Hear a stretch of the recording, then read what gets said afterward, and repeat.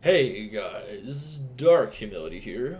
Welcome to the D2R Zeal Sorceress Guide, which in full edition can also be found in written form at maxroll.gg. Of course, you can check out the rest of my guides there. So far, we have 25 written build guides there. We have countless video guides, including our Rags to Riches series for early game gameplay. And of course, you can always check me out live at www.twitch.tv/Dark Humility for 6 to 7 days a week of Diablo 2 action, D2R, PD2, and soon some Diablo 4 action as well. Today, guys, we have here a Zeal Sorceress. A Zeal Sorceress is made from items that were found from my completed LOD pluggy Holy Grail that has been ported over to D2R, plus some items that are also being used from my current D2R Grail as well, so they're all self-found items.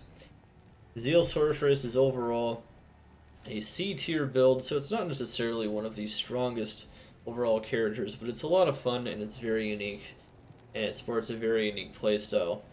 You can also destroy Uber bosses and do a lot of other cool things as well, and has a decent number of ways to build it. It does both a lot of lightning and fire damage. But at any rate, we will be going over the stats, the skills, the mercenary, the gear of course, and then we're going to be doing several types of demos for this character. So hopefully you guys will enjoy all of the deets on this character. So let's get into it without further ado. I love this character. It has some restrictions in regards to gear that you absolutely have to do, but of course we'll go over all that as needed. So you'll see here that this character here has a lot of damage. It can do 53,000. Heck, it can do even more than that if you use even more plus to skill charms. It's actually kind of nuts how much damage the Zeal Sorceress does. She's a monster. So yeah, absolutely crazy, crazy, crazy character. I love the Zeal Sword. It does a pretty good hybrid of fire and lightning damage. Most of the damage is lightning, very little is physical, so keep that in mind. The more damage, the better in general. You're also going to want enough strength to wear all of your gear, which will typically be at your Spirit Monarch on weapon swap, so that you can achieve a certain faster cast rate breakpoint.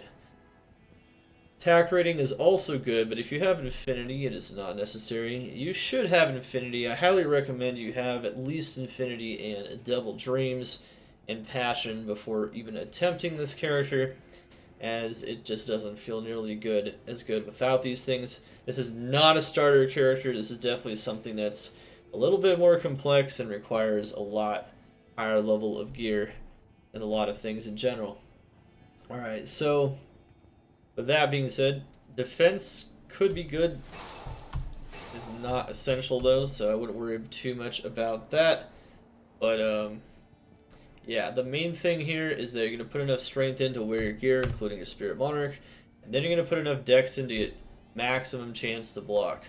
You always want maximum chance to block on a Zeal Sorceress, period. If you don't have this character is going to feel very bad, so that's on any version of this character, including build variants that will show maybe to some degree here that are on the Maxroll version of the guide. Of course, the link will be below to the written Maxroll guide, as well as this video will be on Maxroll here. Of course, we'll also have, of course, chapters for any section of this guide, so you guys can refer to anything you're curious about. But anyway, that's how it works. Depending on the build type, you can go full vitality or you can go full energy.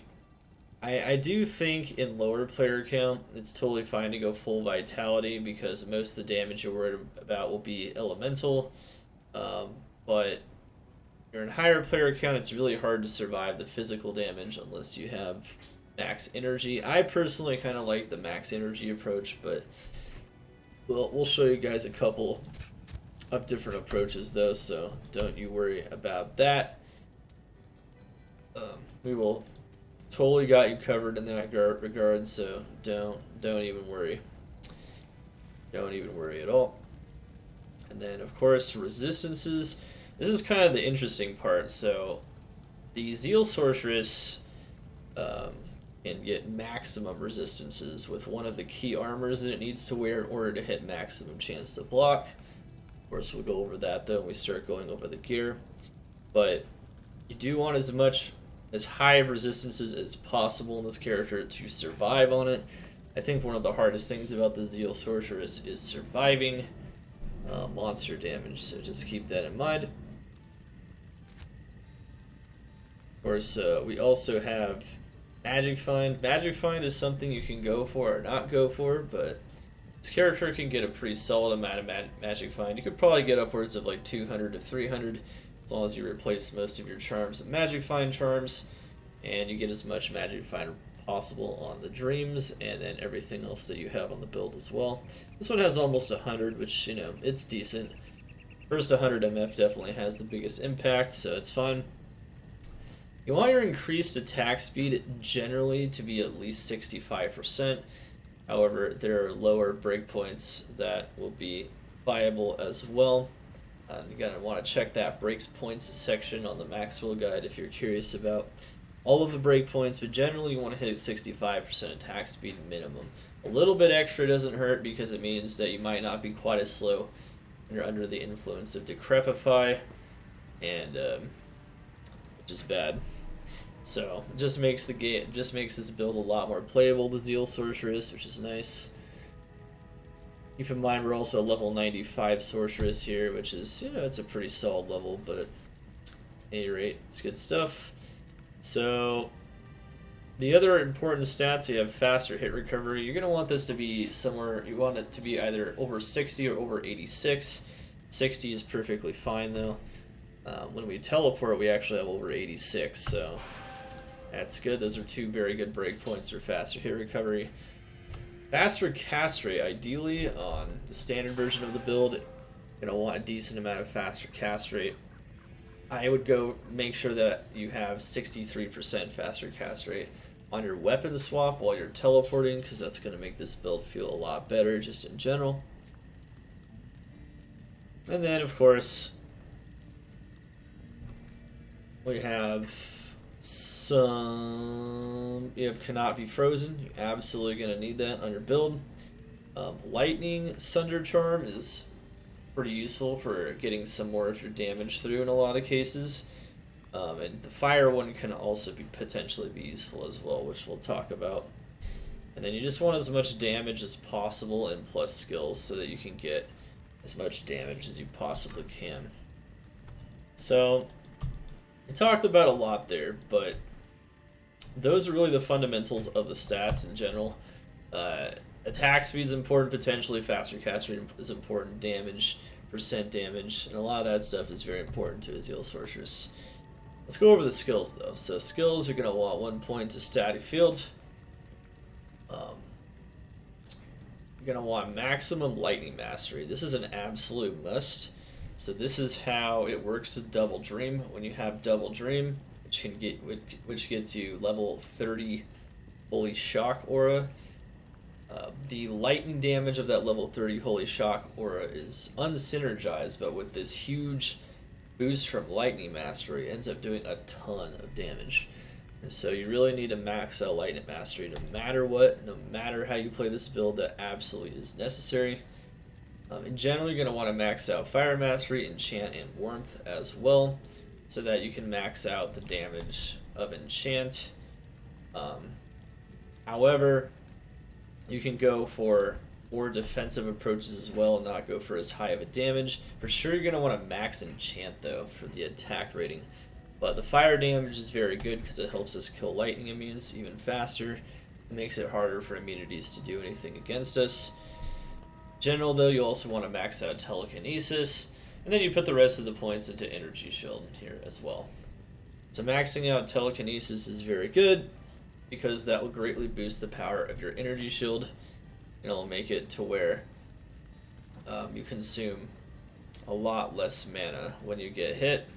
So the way Energy Shield works is that instead of the damage going to your life, it goes to your mana, and whatever the percent is on your Energy Shield, whatever the absorb percent is, that's the percentage of damage that is being taken by your mana pool, not your life pool. So it's not damage, you're not losing your life pool, you're losing your mana pool at that percentage, and then the rest goes to your life pool.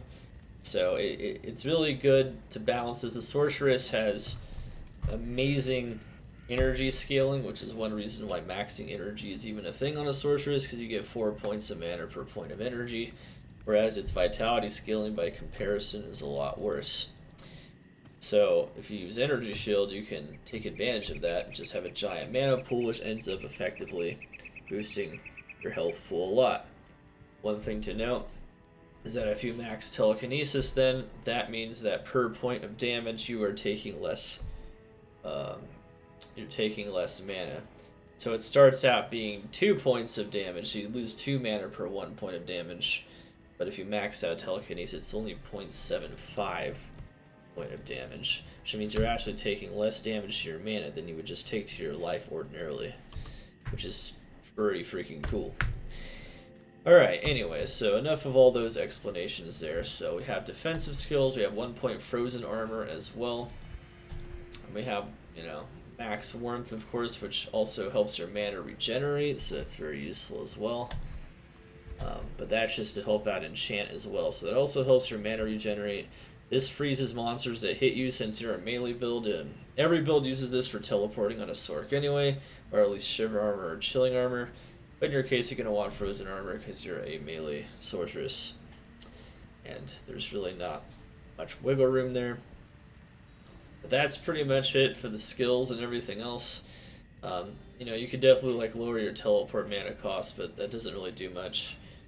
You can of course put more points into Energy Shield instead of some fire damage if you want, so that you absorb more damage to your mana, which can also be useful. But there's also items that can help with that. So anyway, that's the basic setup, basic build. Mercenary, in general, you're going to want to use a Holy Freeze Mercenary on this awesome late game build. This is going to slow down monsters around you and make it to where they don't do as much damage to you. It's pretty much a no-brainer. There's no reason not to use Holy Freeze on this character, and since you don't inherently do tons of cold damage anyway around you, this really helps and allows you to get more damage in and to not be, put in hit recovery and things like that. It's really good. Generally, you're going to want your Mercenary to have really high resistances, life leech, high damage, and high defense. Of course, that's what this armor accomplishes here. It's F Fortitude Sacred Armor. But keep in mind, you actually cannot get a Fortitude with this high defense anymore. A D2R, this is an ethereal bugged Fortitude. However, the same principle still applies. It's just basically about 1,000 defense higher than it would be ordinarily. You also have the Infinity here with really high damage. You want an F or socket base. Giant Thresher and Thresher are fast bases, which means your Mercenary can proc more Crushing Blow from Infinity, but also it means he can leech more reliably. And the attack speed here also gets us to that next attack speed breakpoint, and also has an attack speed fire res jewel to counter the negative fire res on the Andarel's Visage. So the Mercenary still has maximum fire res. So that's a very solid setup. You can of course also use, there's a lot of other decent or solid setups as well. You can also use Chains of Honor with Cure. That's a pretty good setup. Since you rely on Energy Shield on this build, one of the only things that gets through Energy Shield that will apply to your health and never apply to your mana is poison damage. Otherwise, all other elements of damage will apply to the mana first and everything like that. And so having the Cleansing Aura off of Cure would be really good. Patch 2.6, this is being done in patch 2.6. That's a pretty big thing. Of course, Chains of Honor would then give you the Life Leech and the Res, and while Cure would give you the Cleansing Aura. So that's another very solid approach. Of course, there's also other solid approaches as well. You go like Treachery, Treachery Vampire Gaze for a more damage reduction or focused approach with more attack speed, and maybe have a bit more issues with Res, but as long as the Mercenary gets faded by the Treachery Fade proc, That's also good as well. There's a lot of different things you can do on the Mercenary, but this is a solid approach. This is a very standard Infinity Mercenary gear approach. Very standard stuff. Alright, so that's the Mercenary. Those are the skills.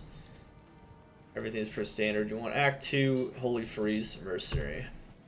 And so now we're going to go over the gear. And so this is when stuff actually gets real here. So, of course, remember we're going to be doing demos after this as well. Several types of demos. We even plan to do Uber demos as well, so you can just see how much damage this character really is truly capable of. But anyway, yeah, this character is fun for a lot of purposes, PvE and even PvP, which we won't go over here, but yeah, anyway, I'll stop rambling. Here we go. So this is an absolute required item, Passion and Phase Blade. Doesn't matter if it has extra ED or not, it's not going to matter much. Remember, you don't do much physical damage on the build. It's mostly lightning and then some fire damage. So not important that, you know, you have like enhanced damage necessarily, but you absolutely need a Passion Phase Blade. You know, the bonus to attack rating being higher would be nice as well. The only unfortunate thing is that you have hit causes monsters to flee, which sometimes can be annoying. But since you one-shot most things, it doesn't really matter much, so it's actually kind of good.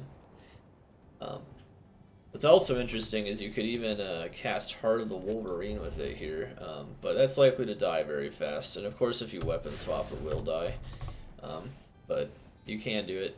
Anyway, so it gives you some attack speed, which you're going to need, but the really big thing here is the 1 to Zeal. Zeal Sorceress doesn't exist unless it can have Zeal. It's not a paladin, it doesn't have Zeal by default. So you absolutely need that Zeal there. So that is absolutely necessary to have that 1 point Zeal. Make sure you have it 100%. Alright, so good stuff. Alright, so 1 point Zeal Passion required. Another thing that's required is Dream. Now this could be in any base, just has to be a 3-socketed non-ethereal helm. Of course, it varies on a lot of stats, so all res, MF varies on those quite a bit. It varies on hit recovery and defense. So it's a lot of stats it varies on, but those are all really good stats. As you can see, it also kind of synergizes really well with Energy Shield because it has more mana on it, so there's just more mana and stuff, so it's kind of nice. But yeah, you just want to Dream 3-socketed. You need double Dream for this build to work. If you only have 1 Dream, it doesn't work. You need at least level 30 Holy Shock. Level 15 is not going to do enough. It's significantly worse. The scaling, the exponential scaling from the Lightning Mastery really makes a big difference. So that's the stat that you absolutely need. Of course, the Confused when struck is also nice too. It actually gives you a, actually gives you some defensive power as well. There's a lot of defensive power just built into the build automatically, so that's actually kind of nice. Let's see here on the other Dream, it's the same thing, but you need this in a shield. Now the key here in the shield Dream is that it needs to be a base with high % chance to block on a sorceress. The only shields that really work for this would be Troll Nest, Tower Shield, or Hyperion. So Troll Nest has the highest chance to block, so that's why I use this one. But it does have lower defense than Hyperion, and Hyperion almost has the same defense chance to block. And Troll Nest has even higher defense, but the chance to block goes down, I think, 2% further, if I'm correct in saying that. If I am wrong, though, it's okay. Don't shoot the messenger, just post in the comments below, and of course, we can always change that, but it's not a big deal. Anyway, these 3 items are required items on this build. Arguably, Infinity is also a required item. You really would need that negative 85% enemy fire resistance and lightning resistance, most importantly.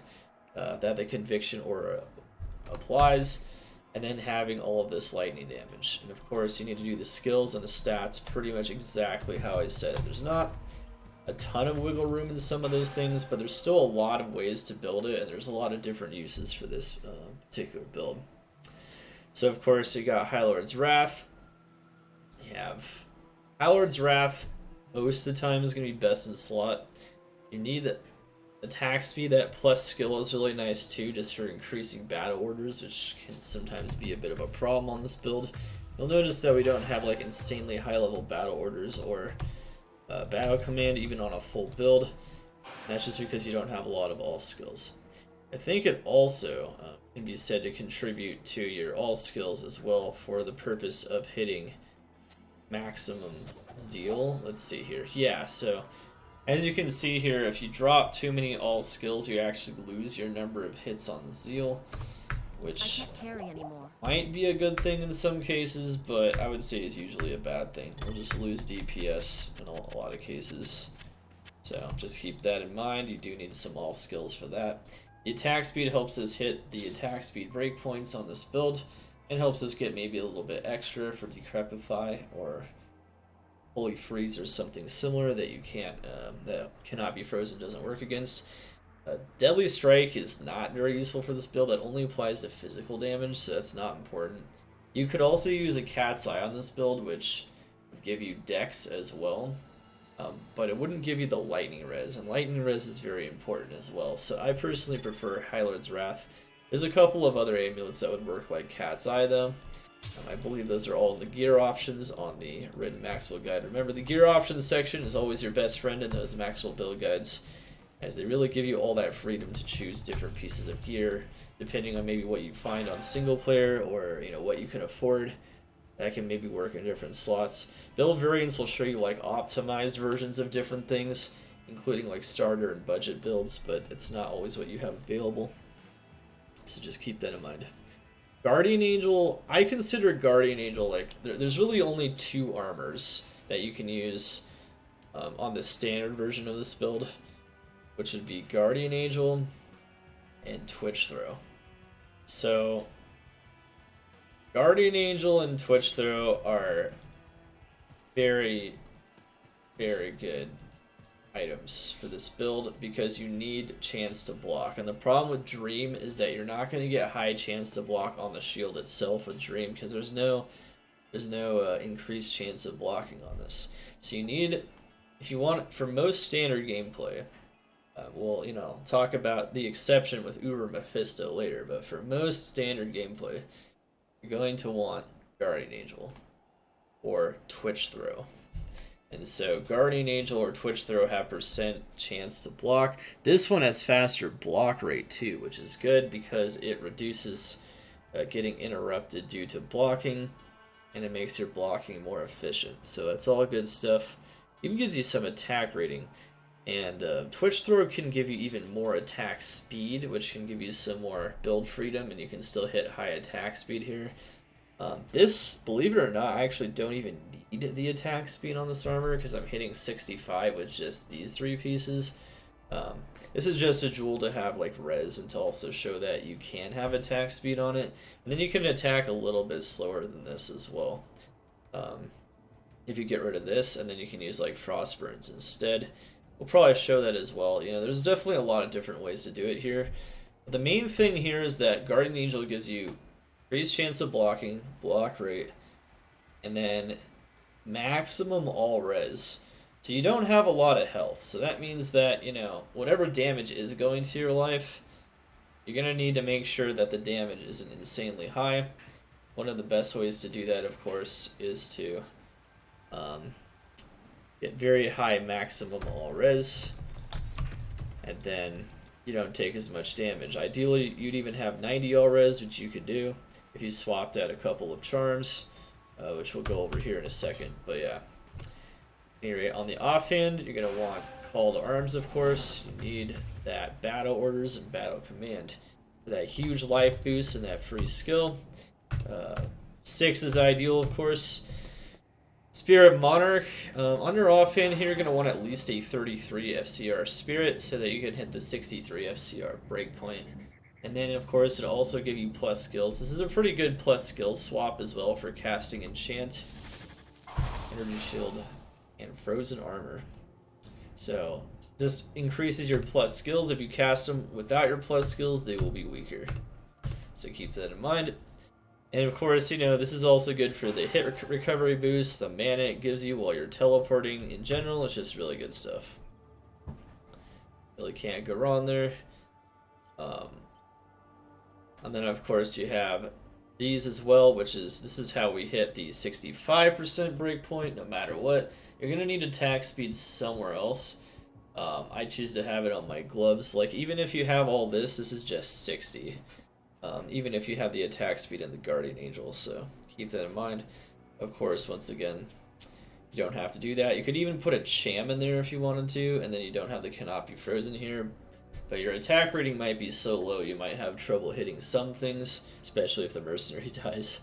Because then you don't have the negative enemy defense from the Conviction Aura as well. Yeah, the Conviction Aura on the Mercenary is practically indispensable on this build, but yeah. Definitely would say it's an absolutely required item. But either way, you get Cannot Be Frozen and Cold Absorb and Mana and Dex, which you need all of those stats, and attack rating on Ravenfrost. You need every single one of those stats pretty much on Ravenfrost. So personally, I don't mind using Ravenfrost. And of course, that will free up a slot here for Res Jewel. Resistances can be difficult in this build. This dream rolled high resistances. This one didn't even roll like, this one rolled like medium. So it rolls from 5 to 20. So just keep that in mind. Anyway, resistances, stats, attack speed, and MF is great on a pair of gloves.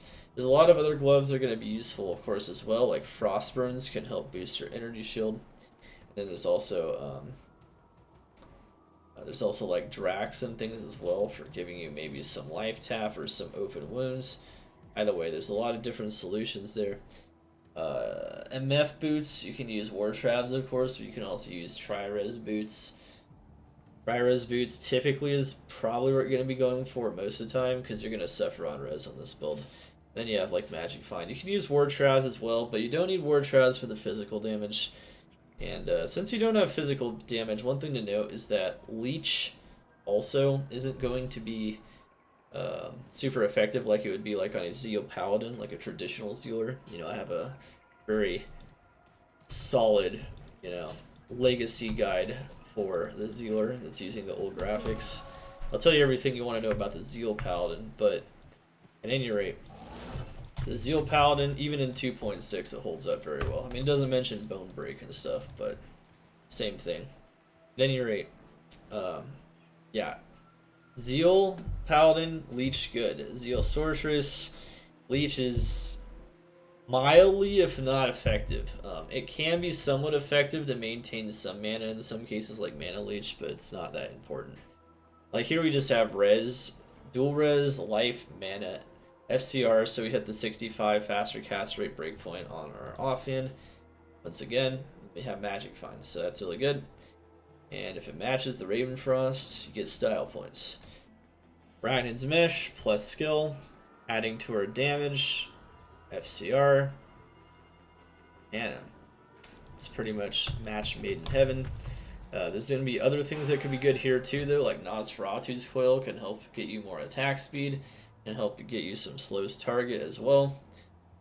T-Gods, it's going to be useful as well for Lightning Sword, can be very, very nice, especially when you are in the thick of Souls and Worldstone Keep. You might want to say screw the FCR a little bit in there, and you might want to slap that on.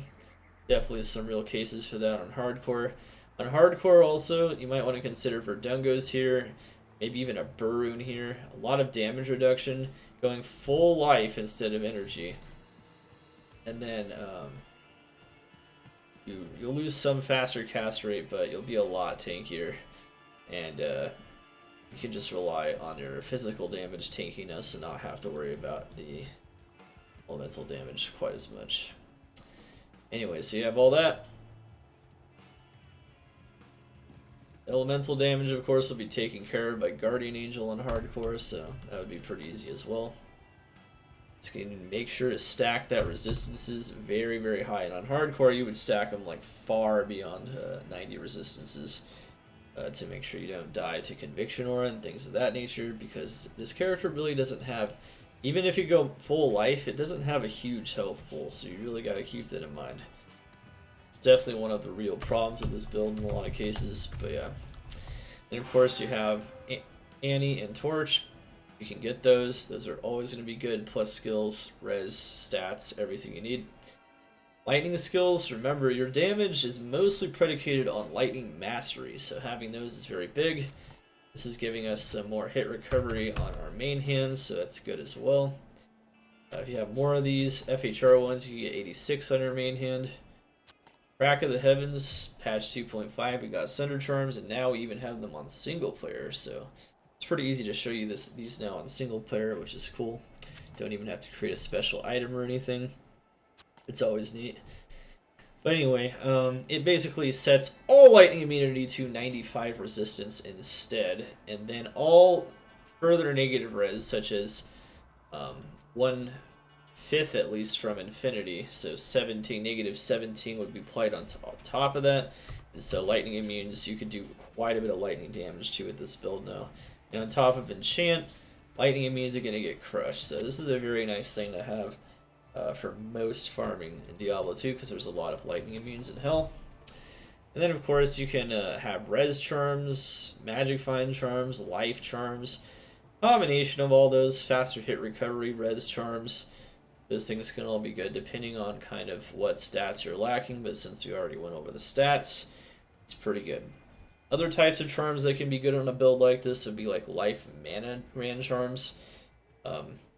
Since this build does lack some life and mana in general, having like a Serpent's Grand Charm of Vitality are also good. I would personally say those are really solid on, like, for instance, a hardcore build in a lot of cases. So you can definitely consider those for sure. And you can further tank yourself up. Of course, you can also go life mana small charms as well. So there's really a lot of options for gear.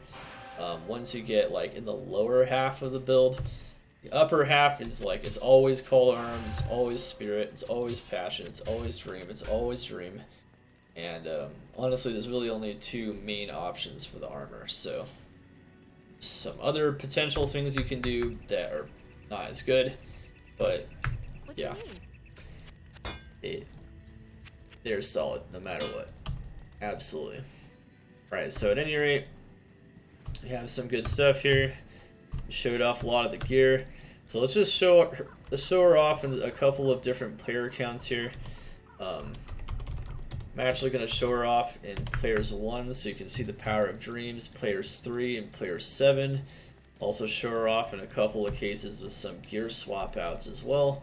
And then the plan is, of course, to show her against Uber bosses. As I'm sure you guys are all curious, how does a build that does 53,000 damage perform against Ubers? Well, the answer is generally pretty good. Mephisto is a little tough. That's pretty much the only difficult one. Besides Mephisto, it's easy mode. At any rate, let's go crush some face. So we're gonna go show her off in some pretty standard areas here. And it's possible we even show her in some terror, maybe the terror zone, whatever it decides to rotate to here on single player.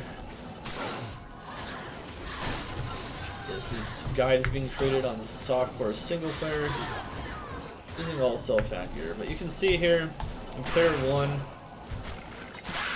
honestly, you don't even really need to use Zeal much in Players 1. That's just how strong Double Dream is with Lightning Mastery. So, if you want to farm P1, it's really easy. And you can see here it's, you know, not really much of a challenge. So you'll notice something here. You know, what I do is make sure to bow in the beginning, enchant both myself and the Mercenary, cast Energy Shield, and Frozen Armor on my weapon swap with plus skills, and then I go for it. In general, this is all you need to do. We'll go over Enchant Prebuff and other forms of buffing them pretty soon though, so you guys can definitely check those out. Highly recommend it.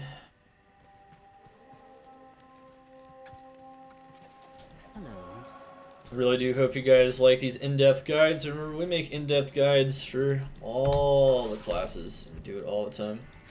It's good stuff. Now note, with a Sunder Charm, could even just crush council members, no problem, and players 1. Keep watch on that mana there, you know, use a full juve or use mana pots if that mana gets low. Since it's just players 1 though, as you can see, this character just crushes solo gameplay, no problem. Kinda just showing a bunch of different examples of this.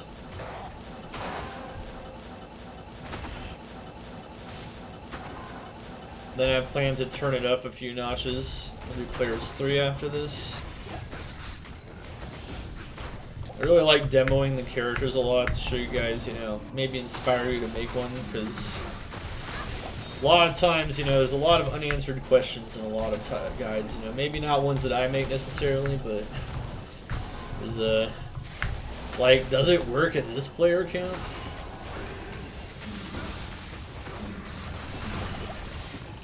So notice there, I got hit really hard there from the Sace. That's even with the high level energy shield, so keep in mind that he can almost kill you. One shot, one of those minions can.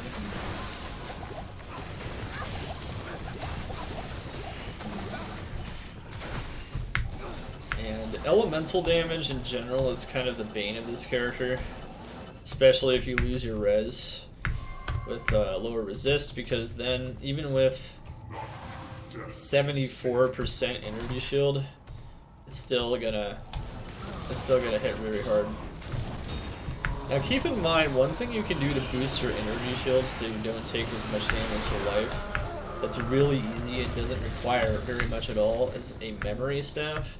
You get a 3 energy shield base memory staff, which makes a 9% energy shield, or not 9%, 9 skill energy shield staff, and then you can swap it in and out and use energy shield, and then you can swap standard gear back in. It's definitely a very solid use of this build. This character. At any rate, you can see though, sometimes chaos can be nasty. Elemental damage is often a problem, but so is physical damage. Once again, you can go full vitality if you want. Big weakness of energy shield is that it doesn't do as well with elemental damage, so just keep that in mind.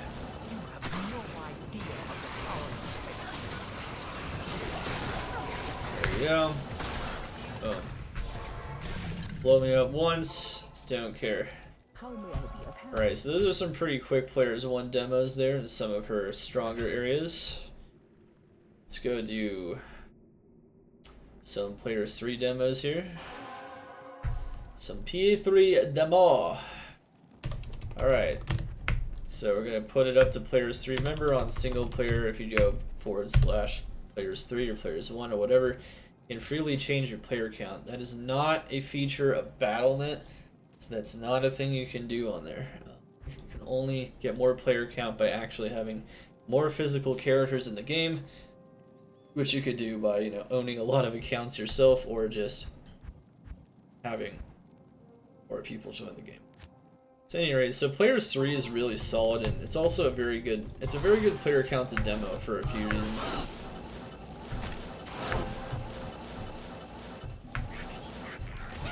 One, the drop rate goes way up for P3, and so does the experience. But also the monsters get a little bit harder, so you can kind of see a little bit more of how this build actually operates. This particular setup I'm using right here is very good for an area like the pit, particularly. Oh, very nice. It's a J-mod. And the reason that is because energy shield works a lot better against physical damage than elemental damage. You know, we already talked about the fact that it kind of sucks against elemental damage. Remember, if you want to teleport faster, just to weapon swap. Usually if you're just going in between packs briefly, you can just teleport like this on your main hand. If you're teleporting long distances though, you definitely want to swap to your offhand. And you want to do that instead. That's just a much better way to do it, 100%. Alright, so then we're going to do that. That's really good. That's players 3. And see, we definitely take a lot of damage Like I said, maybe like a life mana GC here and there wouldn't be a bad idea. If you don't mind dying here and there though, you know, on softcore it's fine. It's on hardcore you really want to consider some of these implementations, at least life mana small terms. Getting just as much res as you possibly can.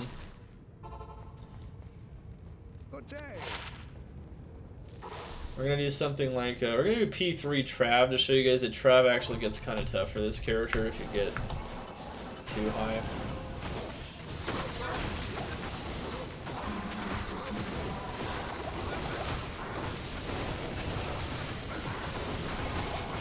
Just using my mana potions mainly, and health potions. Preventing them from taking out my energy shield. If your mana reaches 0 and then you're attacked again, the energy shield will be taken off of you and then you'll die. So as you can see, even against all that physical damage and elemental damage of Trav, perfectly fine.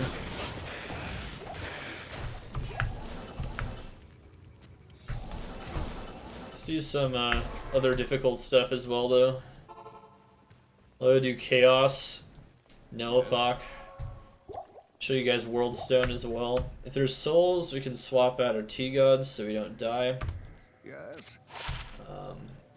Even with 90 lightning res, it's possible we still get smoked in there. I think we probably will. Alright. Teleport on our swap. Make sure to keep our enchant on at all times. Just keep in mind that this is how much damage we do, and I'm not even like pre-buffing Enchant. So she does a lot of damage. A lot of damage. A lot of damage. So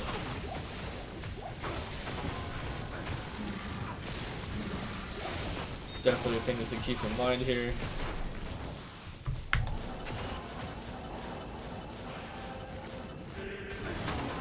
This looks like the safe, doesn't it? I don't know.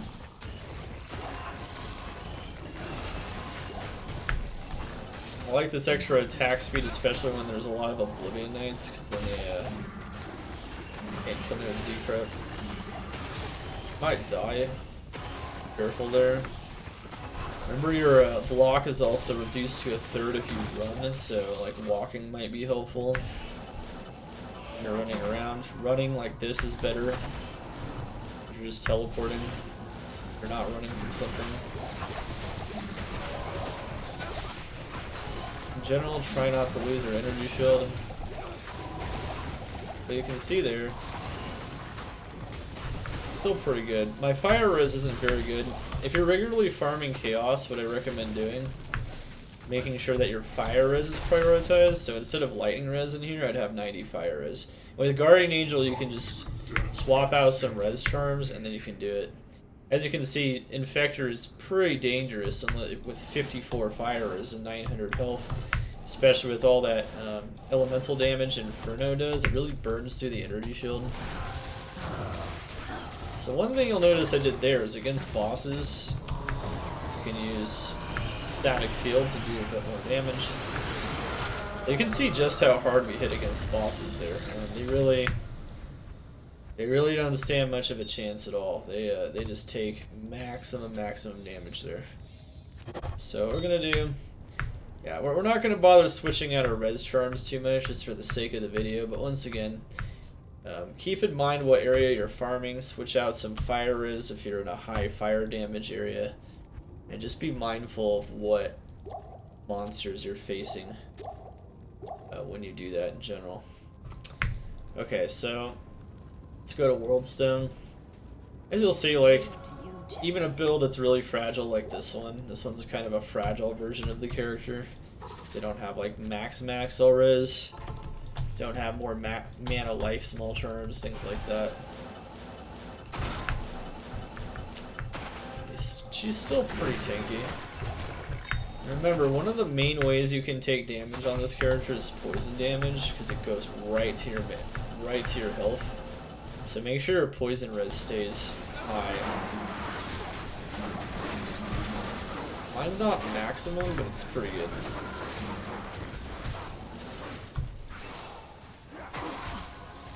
Enchant and Energy Shield have insanely long timers, so you don't usually have to worry about constantly replenishing them or whatever.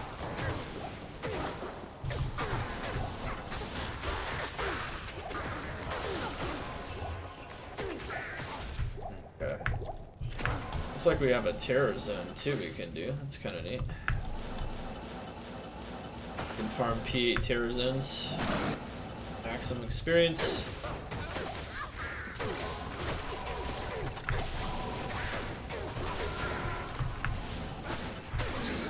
You can see I can just target elite packs. I can teleport between elite packs. I can target density in P3 or P1. So since we have a lot of lightning and cold res, notice that I'm not super like concerned about the souls necessarily because I have 90 cold and 90 light res. That's without T-Gods. That being said, they could still kill us. And if they remove our energy shield, they're gonna do a lot more damage.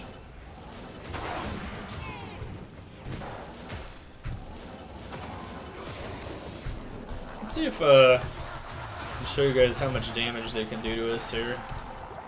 I get like max. I'll get max mana here. Let's see.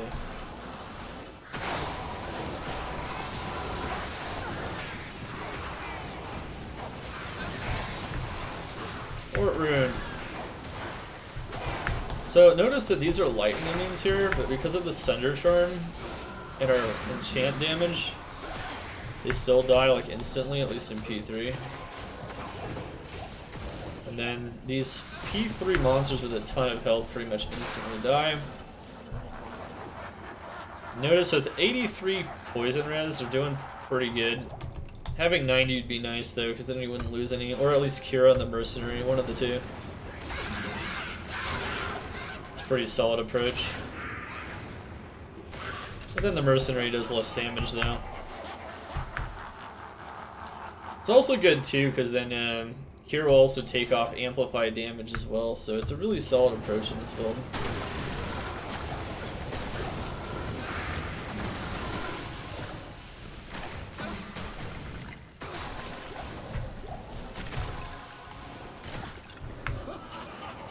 Now notice that's like some of the highest poison damage right there, and it's not killing us insanely fast, so that's nice. That looks like Conviction Aura. Oh yeah, ouch. Yeah, if you see that, don't let your mana run out, otherwise you don't have enough res to survive it with 900 health. Or, you know, just over 1,000, which is pretty typical for this build. Okay, so we can do...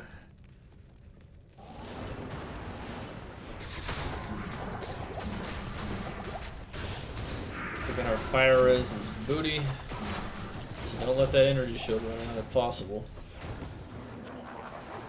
Make sure your damage is going to the mana. Yeah, notice how strong we are. One thing you can do is if you want to avoid getting decrypt on an attack speed based build, you can go back here. Oh, that's holy freeze though. That's gonna slow us down no matter what. So cannot be frozen doesn't prevent that, but you'll notice that at least having some extra attack speed here is actually preventing us from being too slow. Having a bit more than 65. So it's actually it's doing a really good thing in that regard there. It's very nice. Against Bale, you can just do players 1. But he dies very fast anyway, no matter the player count. Does the blood mana curse on us because we have more mana than life. Keep in mind that while you have blood mana active, spells like teleport, which is like the only spell you use, is gonna like use for life. So since this build does often have more mana than life on a lot of the versions of the build that I prefer, you can do that. But once again, you know, you can also have more life than mana, rely a lot more on G-Angel, but then you're going to have a lot more problems with physical damage in that particular case, so just keep that in mind. Okay. But yeah, here is totally a gear option, either in like under mid-game or late game, I believe, on the Zeal Sorceress guide on Maxroll if you go to the Mercenary gears options. check out all those options. All those helmets can be useful under any type, at any stage in the game. Whereas the Zeal Sword is an endgame build, but some items are just typically easier to get to than others, and might be better or worse in many situations. Anyway, so that's pretty good, right? It's not bad. But you guys are probably wondering, how does she do in P7, P8? So in P8, you know, you want maximum experience for terror zones, right? So we're going to go into the terror zone for P8. There's 7 is the maximum for drops. So we'll want to show that off a little bit here as well. And definitely going to have to be even more careful because the monsters do more damage. But with max block and everything, it's pretty nice. So you don't really have to worry too much about this.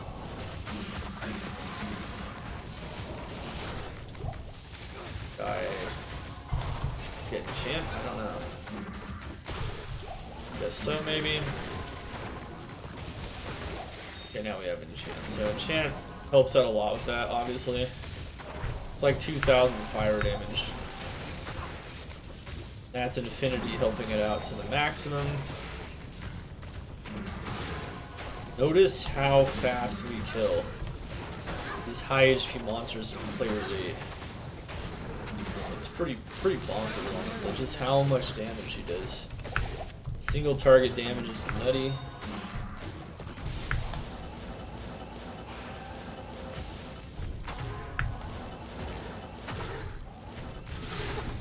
One thing to note is that you always want to make sure you're keeping your mana and healthy. You can always use telekinesis to pick up the potions as well.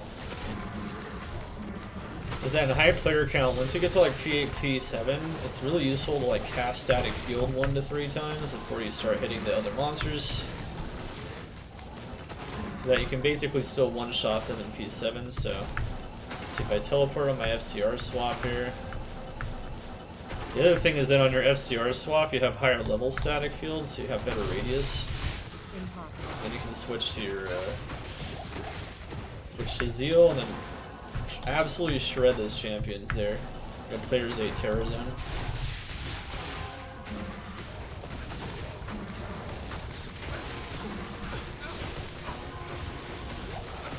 Zeal Sorceress, as you can see, is very strong. She's just a little clunky. That's really the main reason why she's rated a bit lower. She just ends up being a little bit slower than other classes. It's not like as smooth necessarily, especially once you get the higher player count. There's definitely some more struggles. That's the only reason why she has like a lower tier, if you're curious about that on the Maxroll tier list or otherwise.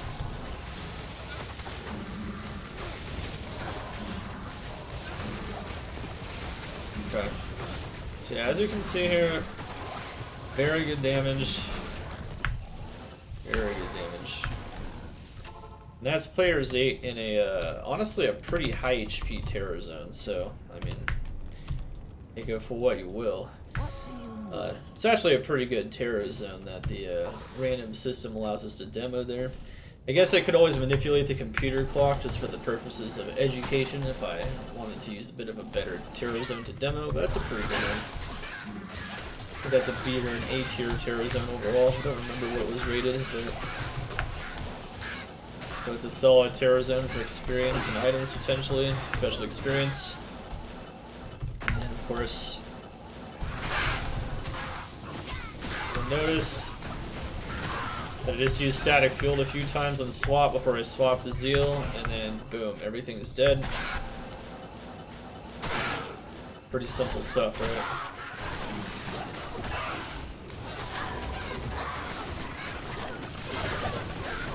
Now again, unless you're in really high player count, I personally wouldn't even bother with pre-buffing Enchant. But currently I'm showing without the pre-buff because I do realize that most people watching this looking to make this class or this character.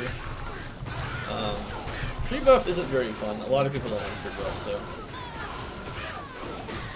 Lightning Sunder Charm also helps out static field. It makes it possible to static light beams. That's actually really sick. Something I was never able to show in the original and now outdated version of this guide.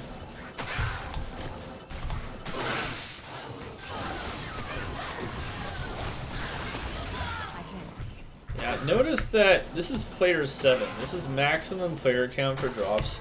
And the monsters are still melting into this build, especially with a couple of statics thrown in, allowing the double dream just with the Holy Shock aura alone, just the AoE damage, allows them to kill the monsters even in player 7. In P1 you saw it happen like instantly, you know, no static field required. But, I mean, that's just how it is.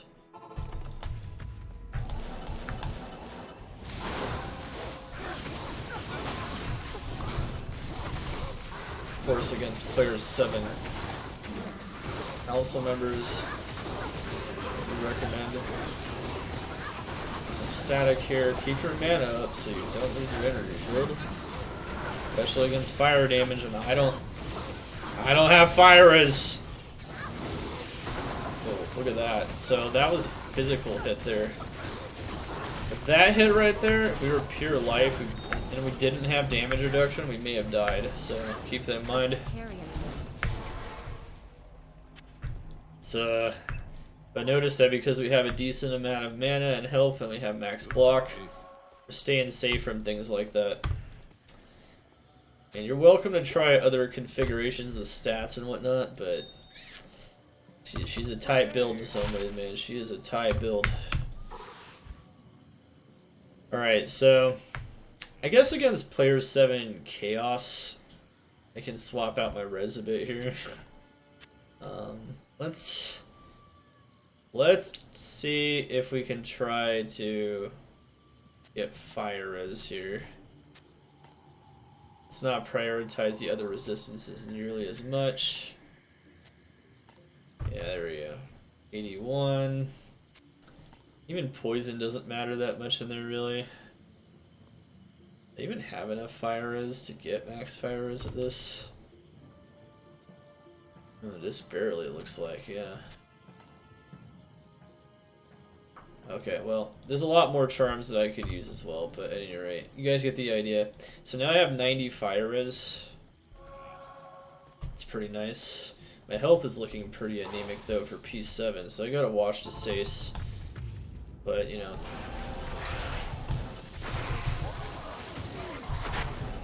Enchant doesn't last as long as energy shield, so you can always refresh it.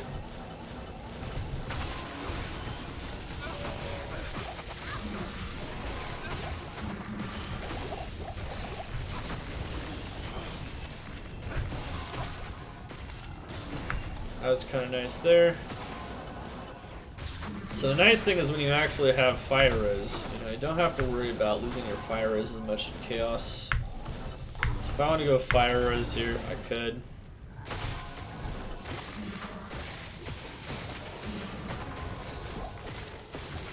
Couple of quick swap outs.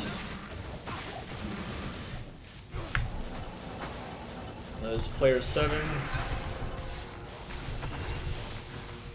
So this dude here is immune to lightning and fire, so he's gonna actually tank me a little bit. Also keep in mind if you get lower resistance in here, which is very common from the Oblivion Knights, fire res is gonna be bad again, so you should always keep your energy shield up if you can. Make sure your mana is not gonna hit 0. You can have it low, but hitting 0 is better. Go, I got hit once, but it was fine. I think I'd have to get hit like twice in succession with a Mercenary not in front of me to die from that. Keep in mind though, you know, these builds are default software to show you guys, you know, how to play fun builds in software.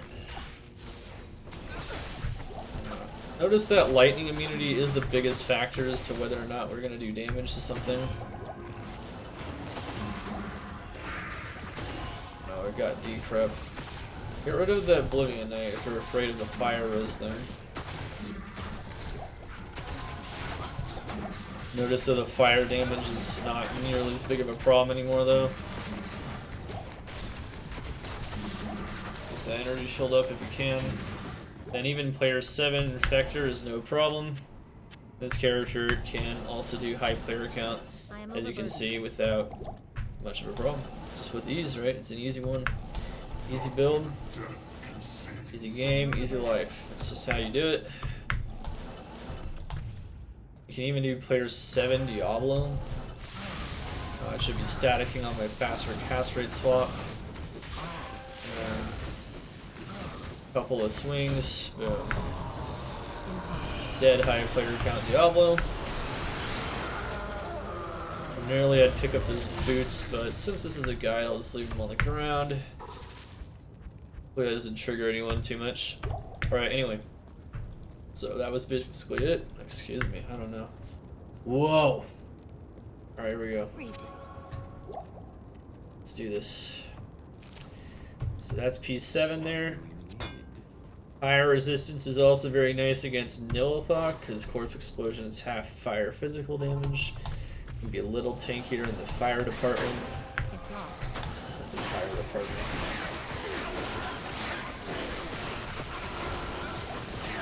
Now with the Sunder Charm, even lightning immunes get shredded pretty bad. Sunder Charm. Guess my poison res isn't quite as high anymore, huh?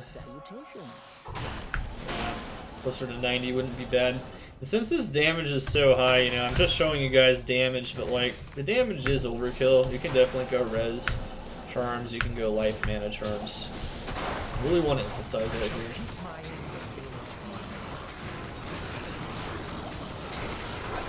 There you go, there's a dead Nilithok, a couple of static fields. High player count Nilithok is also no problem. And the main struggle really is making sure your life, mana, and res is high enough on this build, and your damage is. But it's always plus skills and whatnot. It's always a balance, just like most builds. It's a fine balance. And you have to find what balance works the best for what items you have, the rolls on your gear, and everything else. Don't be afraid to replace some skill GCs with survivability charms, though. Absolutely not. Don't be afraid. Okay, so here we go. Lightning res again. Going back to World Stone. Souls are definitely your main concern in World Stone. So don't skimp out on the lightning res in here. Make sure you got at least 190. If it's conviction, it can kill you with just 190. So if you don't have stacked light res, keep that in mind. I did show off souls a little bit there though. Remember, if you're still struggling with souls like that, you can additionally put on T-Gods.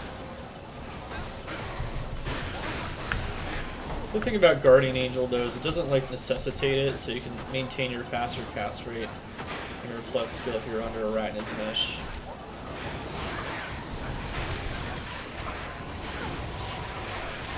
Notice that even with my Spirit Monarch I have decent block because I have max block on a 44, so my block is actually 72 on my offhand as well. And that's just because of Guardian Angel. Guardian Angel does it on both main hand and offhand, so it's actually it's really good to know here. It's very strong. You don't have to worry about, like, on a lot of builds sometimes, like, your block is going to be terrible if you swap to some kind of teleport swap or something like this. That's not really the case here. It's more like a paladin, where, you know, you just have Holy Shield and it still works no matter what.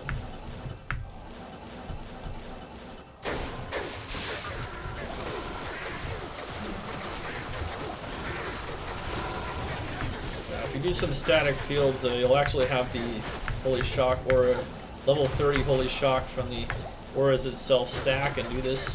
One thing I should mention is that the way you get stacking aura levels, so you know 15 plus 15 equals 30, is it has to be from the same source. So if you have Holy Shock or if you have Dreams on the Mercenary, those will not stack with your own. And on the Mercenary they'll be trashed because he doesn't have Lightning Mastery. So that's actually something to keep in mind. A lot of people might think that would be something good on this build, but it's actually not. You can eke out a little bit more like aura damage from that if you want, but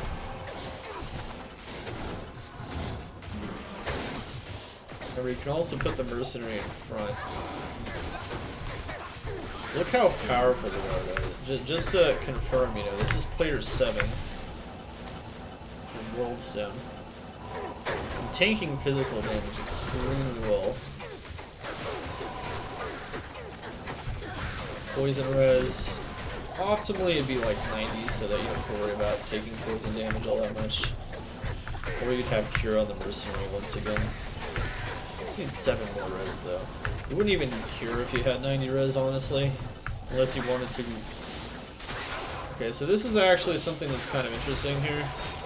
So dolls, you can see, normally are pretty scary, but since I have max block and energy shield, they're not that scary. I mean, you might have to use a juke here and there. Like that. If you ever get amped, just remember that dolls do physical damage, and they will do even more damage. Matter of fact, I wouldn't recommend engaging too many dolls if you have amp on. Because remember, my energy shield percent is only 74% on this particular setup. If I had, you know, maybe a memory staff, I could maybe hit like 80% or something like that. But the main problem here is that 80% means dolls do so much damage I don't have a lot of health. So with something, now that I'm amped like this, I guess this is another advantage of Cure, right? You know, you can cleanse it and can just take the amp right off. Is that, yeah, I mean, it's gonna do a lot of damage no matter what. One trick to remove amp, actually, in here is to swap it out for Decrepify, which is only negative 50 physical resistance as opposed to negative 100. Doesn't mean you're gonna attack slower, though. They will always Decrepify you, so that's always kind of a fun thing you can do there.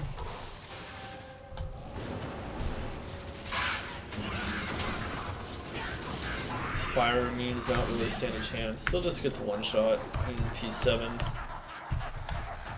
P7 isn't much different from P8 as well, so this is really high player count.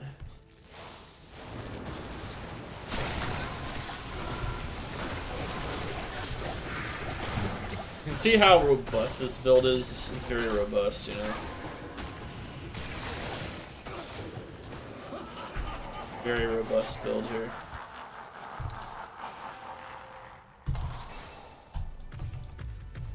Alright, and so after this demo here, we're going to start showing some possible swap outs and Prebuff. It's very important to note. Prebuff on this character is very good. Any kind of character that relies on Enchant, Prebuff can be very strong. It's going to massively increase my fire damage, which can be better against lightning immunes, can just increase my damage in general. And, you know, the Enchant lasts a long time, but the downside, though, is you have to spend that time swapping out gear. And I know a lot of people don't like to do that, so... This answers the question, you know, how does she do without all of that cumbersome Prebuff? Well, you know, I don't have any. So... I gotta answer the hard questions.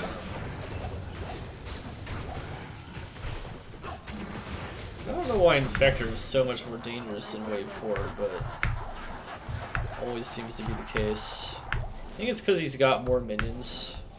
He also typically has a Cold Enchanted. So, players 7 minions. I feel very safe against high physical damage on this setup.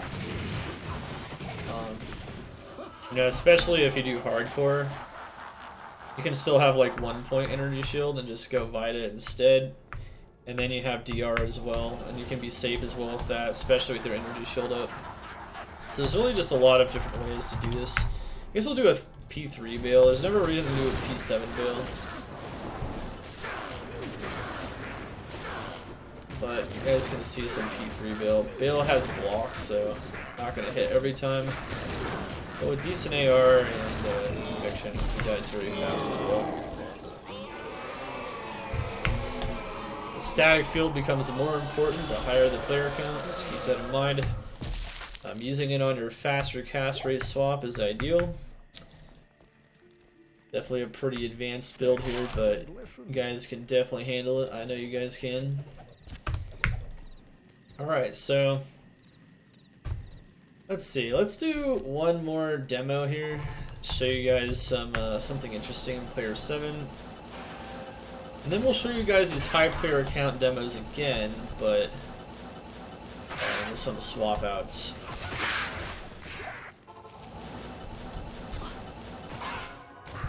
Not all necessarily in order and not every demo every time, but just to show you guys kind of how it works. And then we're gonna want to get to you know, the fun stuff, the Uber stuff. You know, that stuff's a lot of fun, right? I think it is. So one thing to know here is you can actually put your scrolls in your belt. That's what I'm doing, and then I'm just IDing off of Kane.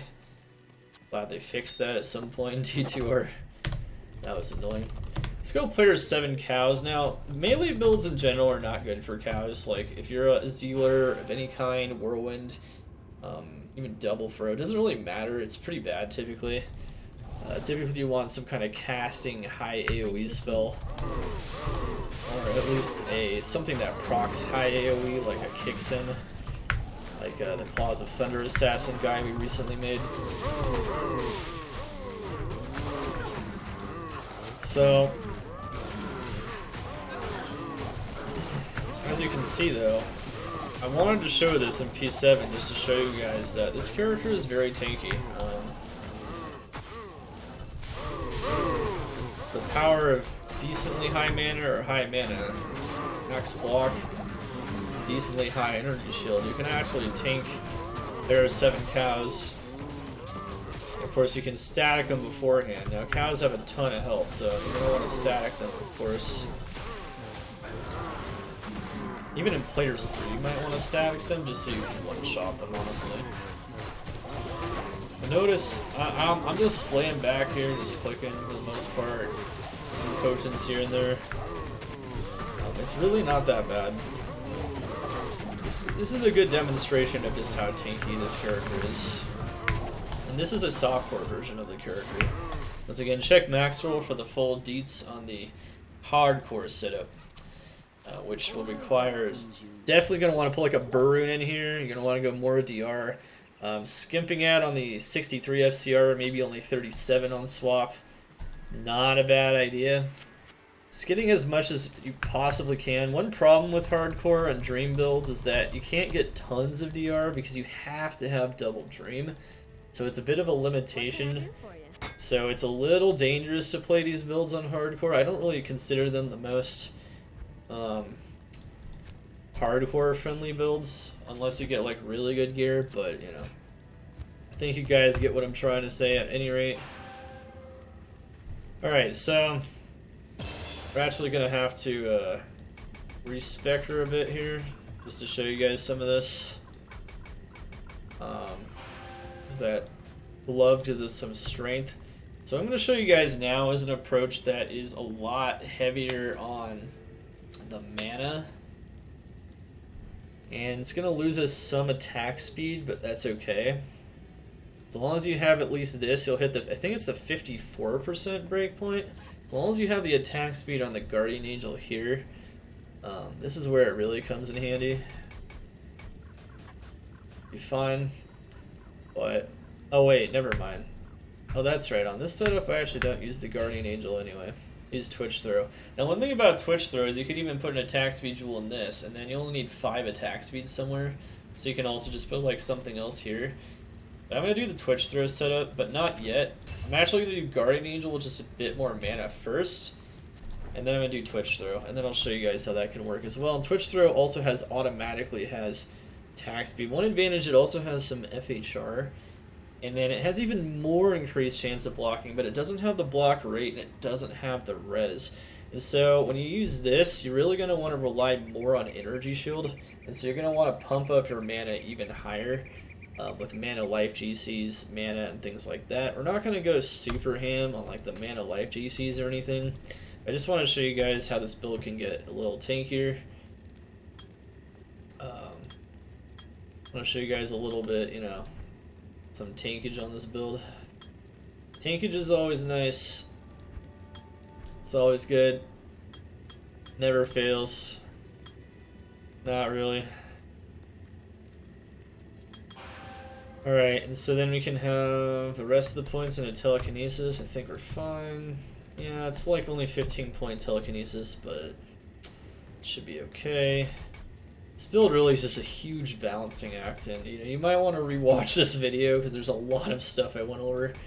To do this character properly, it's challenging. It's one of the more challenging builds to make feel good in the game.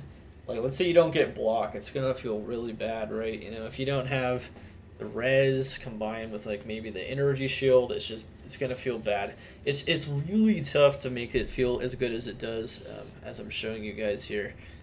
It's not particularly designed for easy, simple gameplay. So one thing to note here is all I did here on this version of the build is something very simple. I just added a Frostburn Gauntlets, and now all of a sudden I have 300 more mana. It's a really simple way to do that. And I did lose an attack speed breakpoint, but it's not like a huge deal, and I can make myself a little bit tankier. So that's really easy to do. Let me see here. And so I can show that off in cows again real quick. You know, you can see that. It's a little tankier, honestly. That's it.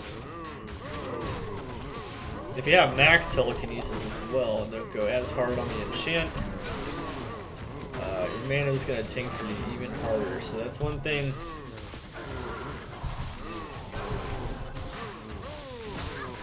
I don't think I used static field. That's my bad. Another thing to note is look how the confuse proc from the dreams works. It's really good. Since you don't use any curses on this build, like, it doesn't override anything. The double dream comes with its own, like, survivability kit to a pretty large degree. So you actually have a surprising amount of crowd control in this character for a physical damage build. It's kind of like Barbarian with Howl or something like that. Or Taunt. That's got a lot of ways. So you just hit that something like this, and then boom, and there you go. So as you can see though, you know, with even more mana, it honestly feels pretty effortless to tank, and it's very easy to do. So that's good, right? Now what we're gonna do though is we're actually gonna go full throttle on this here.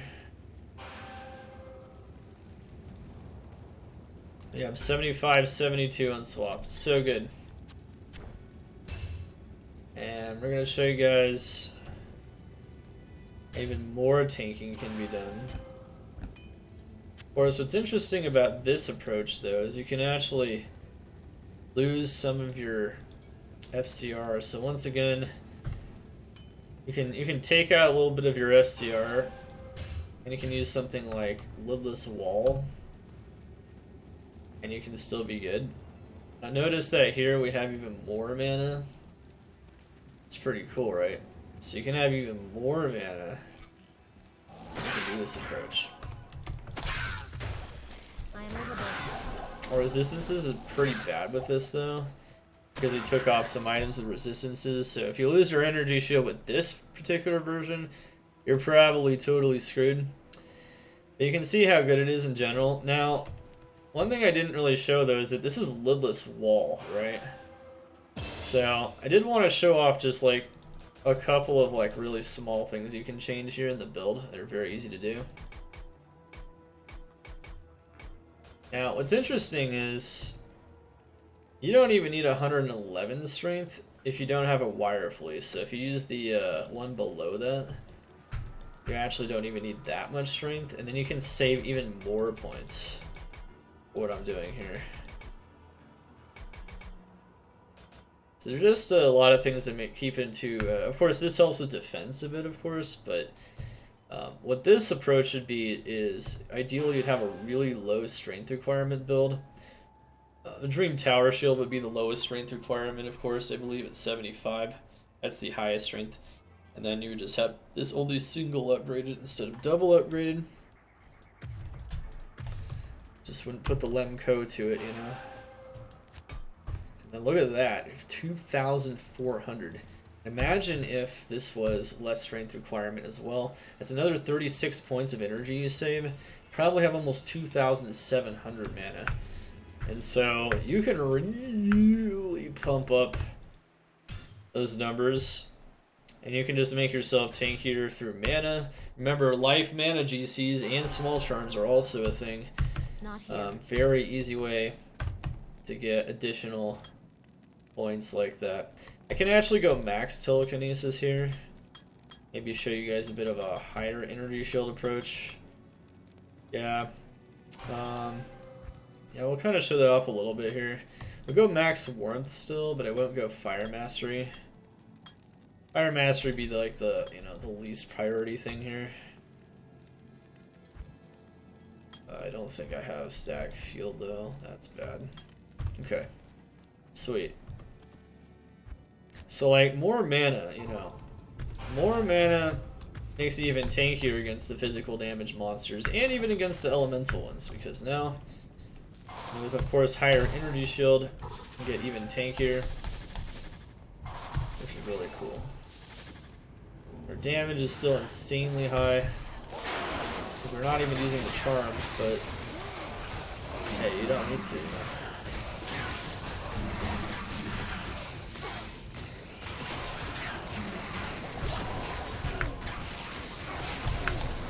Yeah, this definitely can make you feel even better.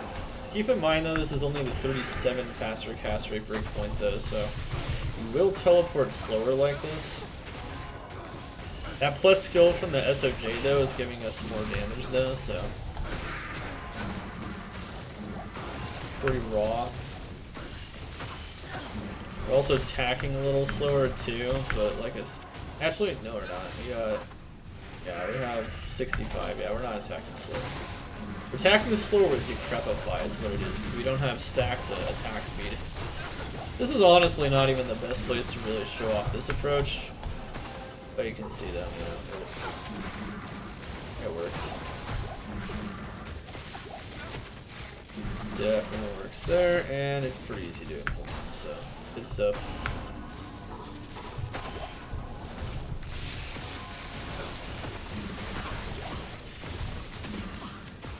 Got a little lazy here, that's okay.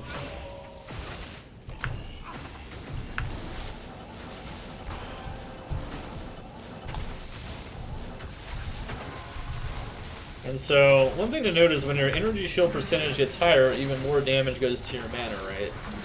And so on this approach, when you just like go more items with like mana on them, just in general, maximum mana, whatever it is, you might want to use that memory staff to take advantage of the fact that your mana can tank even more for you. I will not demo that directly, but yeah, that's how that works. There's like way too many things you could demo on this character, it's kind of nuts. I will talk about it though, because it is relevant, 100%.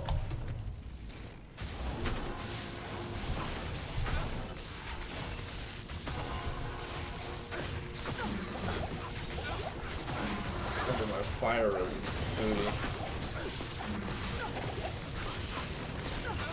I got a lightning immune one. Yikes. Well, Sunder Charm does good work for a reason, I suppose. And voila. Good stuff. Yeah, Sunder Charm is very nice. It gives you a lot of extra damage, especially against monsters that have more than just 100 light res. Not even death can save you from me. You can show this off in like a World Stone Keep as well. There's Heaven Diablo again.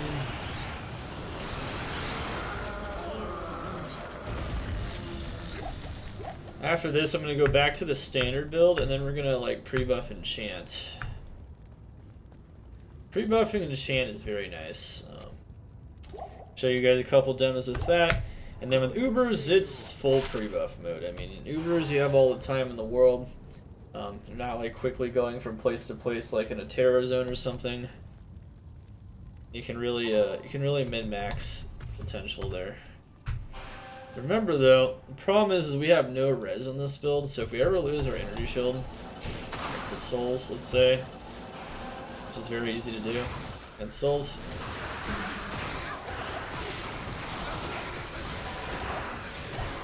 we're gonna die. You can also see that they're already doing more damage to my health, even with 80% energy shield, because my res is bad. And remember, you could always socket the Twitch throw, right? So you can put like a rune in it, and then bam, all of a sudden your res isn't as bad. This item doesn't have a socket because I don't have a socket to spare. At least not for that particular item. Okay. Ideally, you want sockets. Ideally. For the purposes of this guide, you know, we'll do some things a little janky like that. It's not, as you can see, if you build this character right, there is wiggle room. It's not like so tight that unless you have like perfect gear, you're gonna die or something. The main problem with this build is making sure you can get Infinity and double Dream, you know. That's the big problem, you know. Obviously, like, Passion is pretty cheap, so that's not usually going to be a problem for this build. Not usually.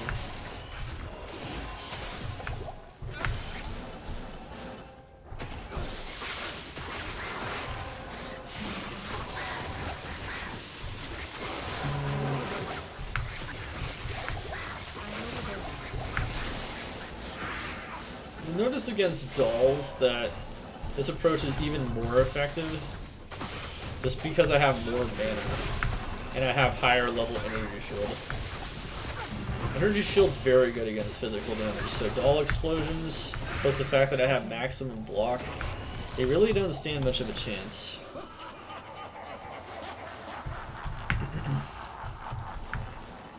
Like, I could go in here, you know, even go in the middle of all the dolls. I'm having a pretty good time. You'll notice that I'm doing better against the dolls on this particular setup.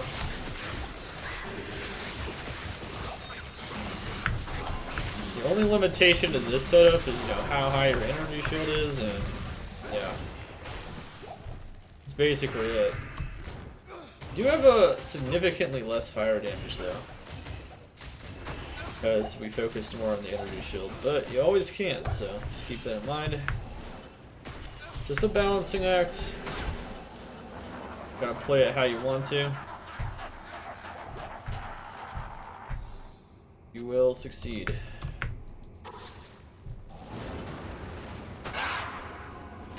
Not even gonna static field these, they don't have enough health. Certain monsters just die in one shot anyway. Pretty much. Unless you get a really low roll. Okay, and so next things we're gonna start showing off is Enchant and regular gameplay, and then Ubers and all the Prebuff that goes along with it.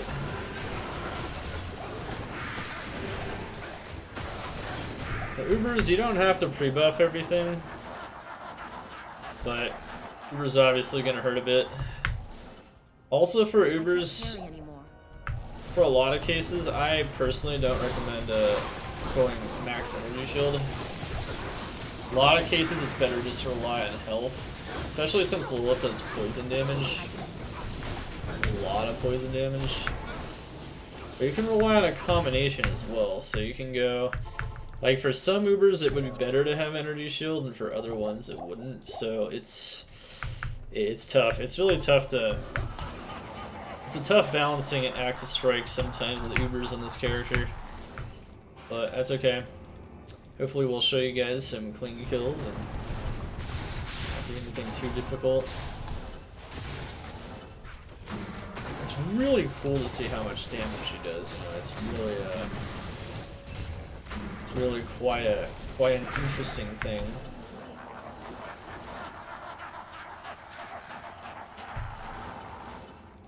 So freaking cool to show you guys that. So yeah, we'll definitely show you that for sure.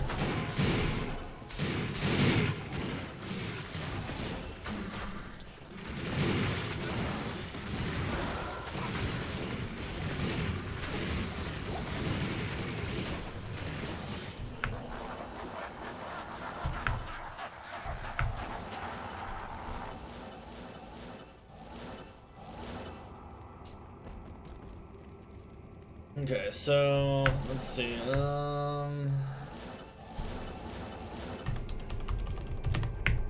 Alright, so yeah, I just want to show you guys how like being even tankier can help you against monsters, especially like dolls. The dolls ended up spawning, so that was pretty convenient. A build like this would also be even better against like Milliflock as well, which we can show real briefly. And then we're gonna do Enchant swap out.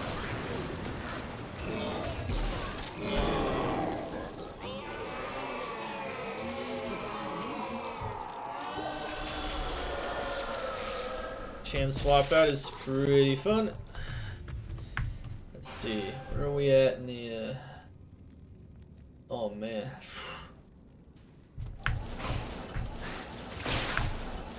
Hopefully we can make this video less than 2 hours, my goodness. It's a very complicated character, what can I say?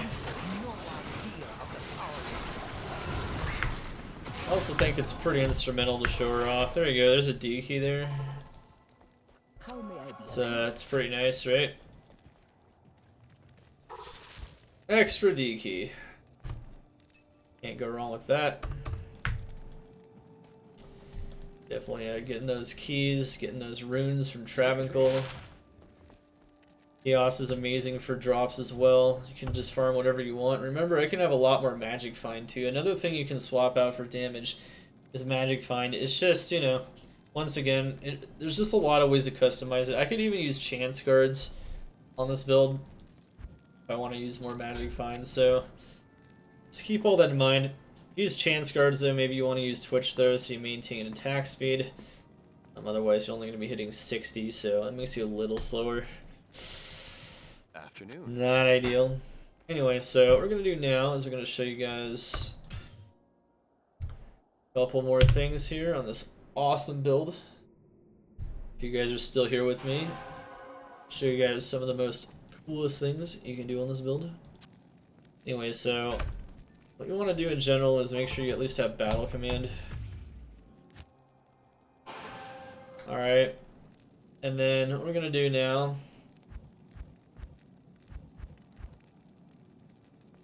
is we're actually going to swap back to our other gear approach here.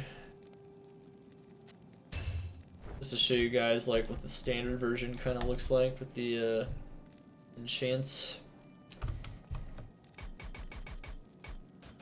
Yeah, see, it is worth the extra strength to get that FCR, unfortunately. It does make a pretty big impact. You can argue it's not important, but makes a good impact. So we'll go more res, you know, we're gonna not rely as much on energy shield here. The more balanced build, as I call it. Alright, oops. Well, you're gonna need that anyway. I have auto respec just to show you guys these things quickly. Alright, 75% block and energy. Okay, so yeah, just standard build here. I'm definitely gonna go max enchant on this particular version of the build because this build is about enchant. How strong it can be. Put the rest of my points into telekinesis on this particular version though. Alright, so what we got here is a sorceress that is capable of getting really high damage. So what you're going to want to do is you're going to want to use a Spirit Monarch for maximum enchant damage. Ideally, you would also have a 6 to enchant, even with one with facets. Would be pretty ideal here. You can see this one is pretty good. Ashuda's is pretty good too, though. It's not quite as good as the plus skills, though, so keep that in mind. Plus skills is really good. So yeah, it's really good stuff just in general. Can I help you? And then what you'll want to do here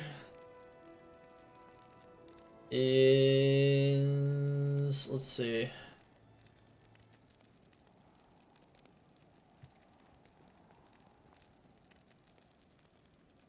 Oh yeah, okay, so we're going to put on the rest of our enchant stuff. Now one thing to also note here is one thing we're going to do as well is we're going to rely a bit more on the fire damage, so having Flame Rift will also allow us to do more damage to the fire immunes as well. So you can actually do that, it's kind of neat. It does mean my fire resistance is going to be absolute balls, but we'll do it. Alright. And then you literally just put on, you know, 3 enchant Ormus, so like max fire damage if you have it. Plus skills, plus skills, plus skills everywhere else. Plus skill. You can even use a ethereal mage fist, doesn't really matter.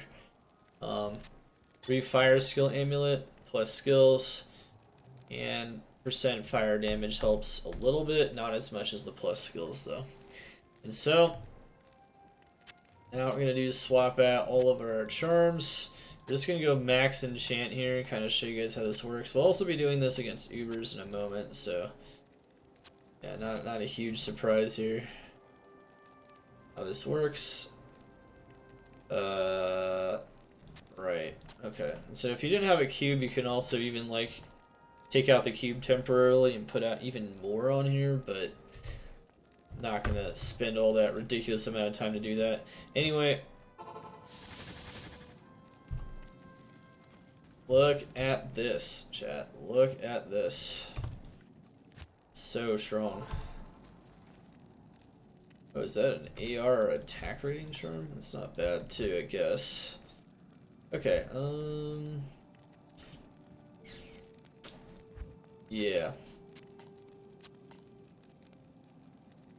Okay, so could actually maybe even use that against Mephisto potentially. Show you guys some other weird things that can kind of work.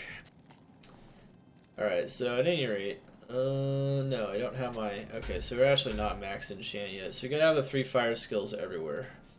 Plus 5. Are we good? Yes. Sometimes it's hard to check this character. This is why pre-buffing enchant, a lot of people just don't bother, because it's painful. Notice though my frozen armor and energy shield aren't as high. This is all about enchant.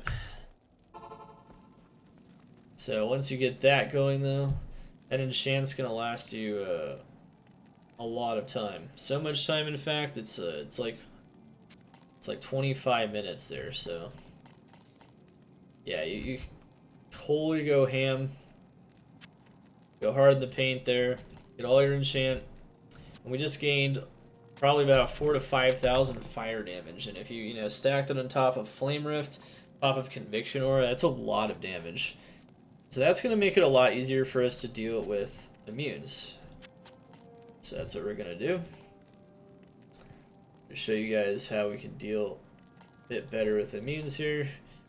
I'll just put them all back in whatever order, it doesn't matter. Yeah, so now you just kind of have to methodically put everything back. Don't worry, it'll all return back to you. It will. And gloves, and SOJs, can't have those. Cannot be frozen, need my decks. Alright, boom. So as you can see, make sure you put in enough stats to wear whatever pre-buff stuff you have, of course, as well. But notice that we now have like 10,000 attack rating. Look at our Zeal damage. Holy moly. 65,000. But the big keynote here is not the maximum damage, which is already high even without pre-buff. It's the minimum damage. The thing about fire is, unlike lightning, it doesn't have a really low minimum, which is like practically nothing. So the fire damage will boost it up to 15k. So your consistent damage will become insanely high with this approach. And it's just, yeah, it's just really freaking good. And so, key here is to not die. How long you can avoid dying though? We'll probably be in good shape. Still have 90 light res though. Is this player's 3? Yeah, this is player's 3, but I guess it's kind of useful to show you. Nothing can survive against this in player's 3 at all.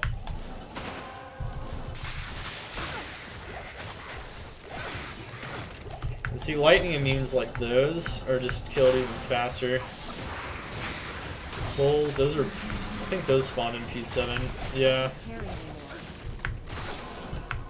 And so now you guys can really see the true power of this here. It's really quite a marvel. These are all lightning immunes. I know that was in P7. Absolute crush. Now you don't want to redo Enchant, but it wouldn't matter even if you did anyway. The power of pre-buffing Enchant on any kind of Enchantress, Zeal, Bear Sorc, or Demon Machine Enchantress, all guides that I wrote, by the way, on Maxroll. You can always buff it up, and you can always make your character insanely strong. You don't need something like this for like Terror Zone farming, but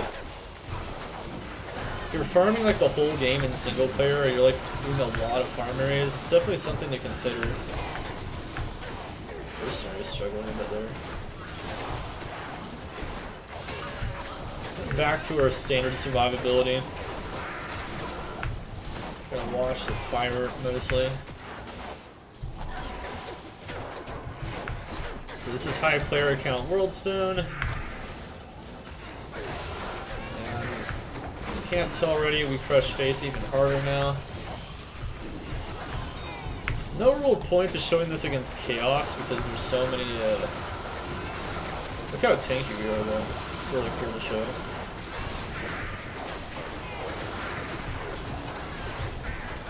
By the way, one cool thing about Confuse is that it can actually cause the Oblivion Knights to confuse their own monsters and to confuse themselves, so they'll cast and prep on themselves sometimes. It's really neat.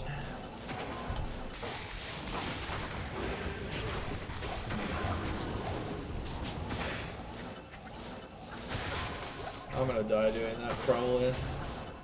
Amped. If I'm not amped, I'll do it. Even without the extra mana. There we go.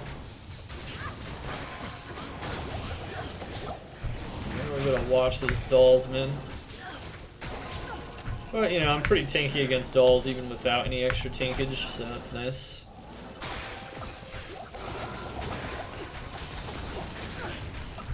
Ah! We should get our juice back, huh? Might be a good approach here. What is this? Impossible. Yeah, I have a lot of fun playing this build. She's just a lot of fun in general. That's interesting. Look for those mosaic pieces, you know.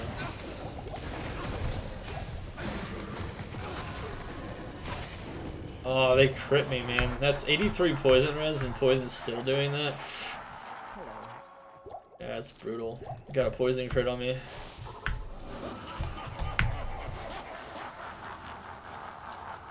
Yeah, you'll see against all these fire, you know, all these fire immunes and whatnot. Or against different light means. I'll show in the pit a bit here.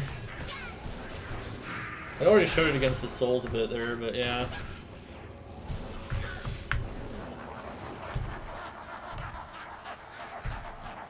This is a very brutal build. It's very strong.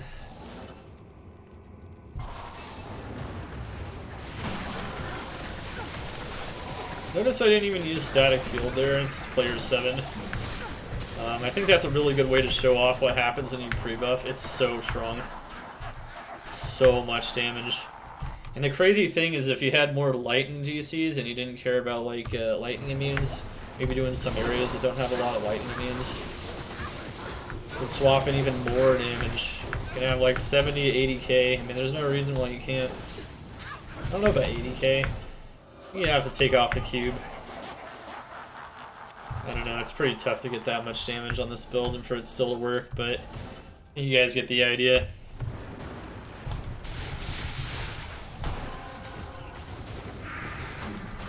Werebear Sorceress is kind of similar to this build, but one thing about the Werebear Sorceress is you have to transform in and out, which can definitely make things a little clunkier. Not insanely clunkier, but definitely at least a little bit clunkier. So you do want to keep that in mind. You have like one of these.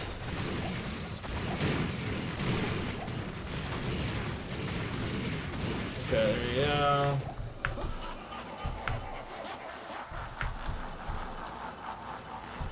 So look how effortlessly we just cut him down there. See, Bale in Players 3 is even in more trouble now than he was already. Look at that damage. And the thing is Enchant, being such a high level, also gives us some more attack rating, which does help a little bit. Well, things like Bale are just gonna die in a second, basically. That's gonna prove more important for Uber bosses, though. It's a Terror Zone right now. It's kind of fun, right? We'll go in there. We'll go in there.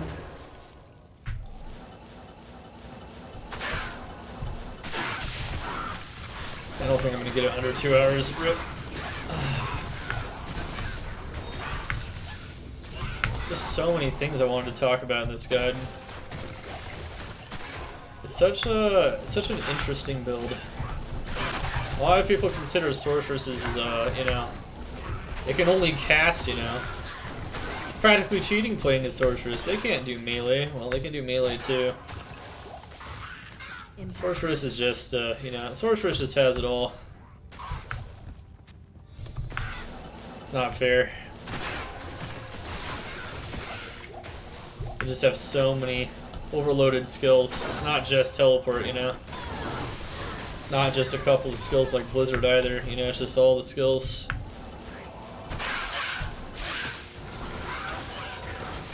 Now, this damage is pretty wild.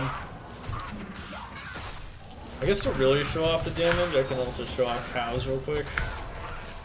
And then I think we're gonna move on to the last demos, which are Ubers. Ubers are fun demos, right? I personally think so. I'm a big fan of Ubers.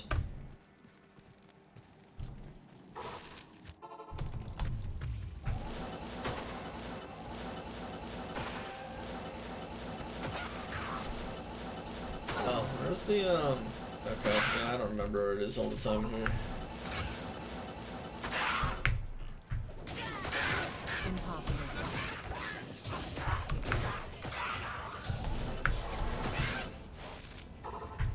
Alright. And then pretty good. So we have this, got some more stuff here. Yes. See, oh wow, just found a Mars for real.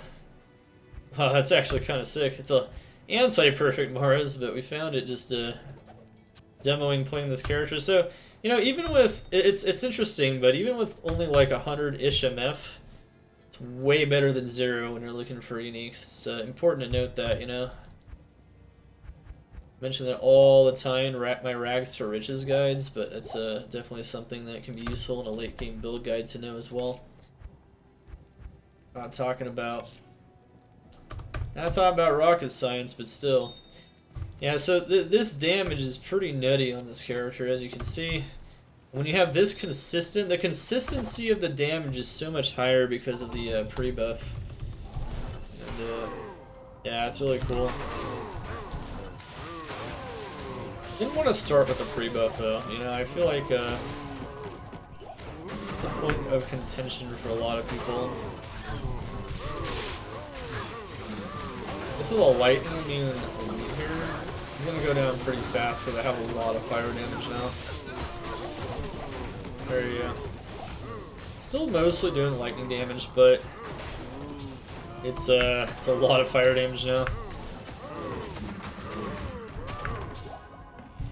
And you can just see in general that, let's say you just wanted to run cows, you might want to at least consider some pre-buff, right? Maybe not every single one of those item swap outs I just did, or something similar, but you're going to want to consider a lot, potentially. I can't carry anymore. It's a big thing, man, it's a big thing. Okay, so...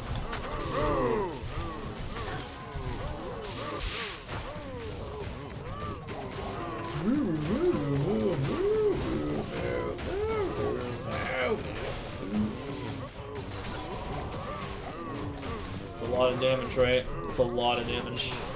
There's 7 cows being shredded. Alright, so...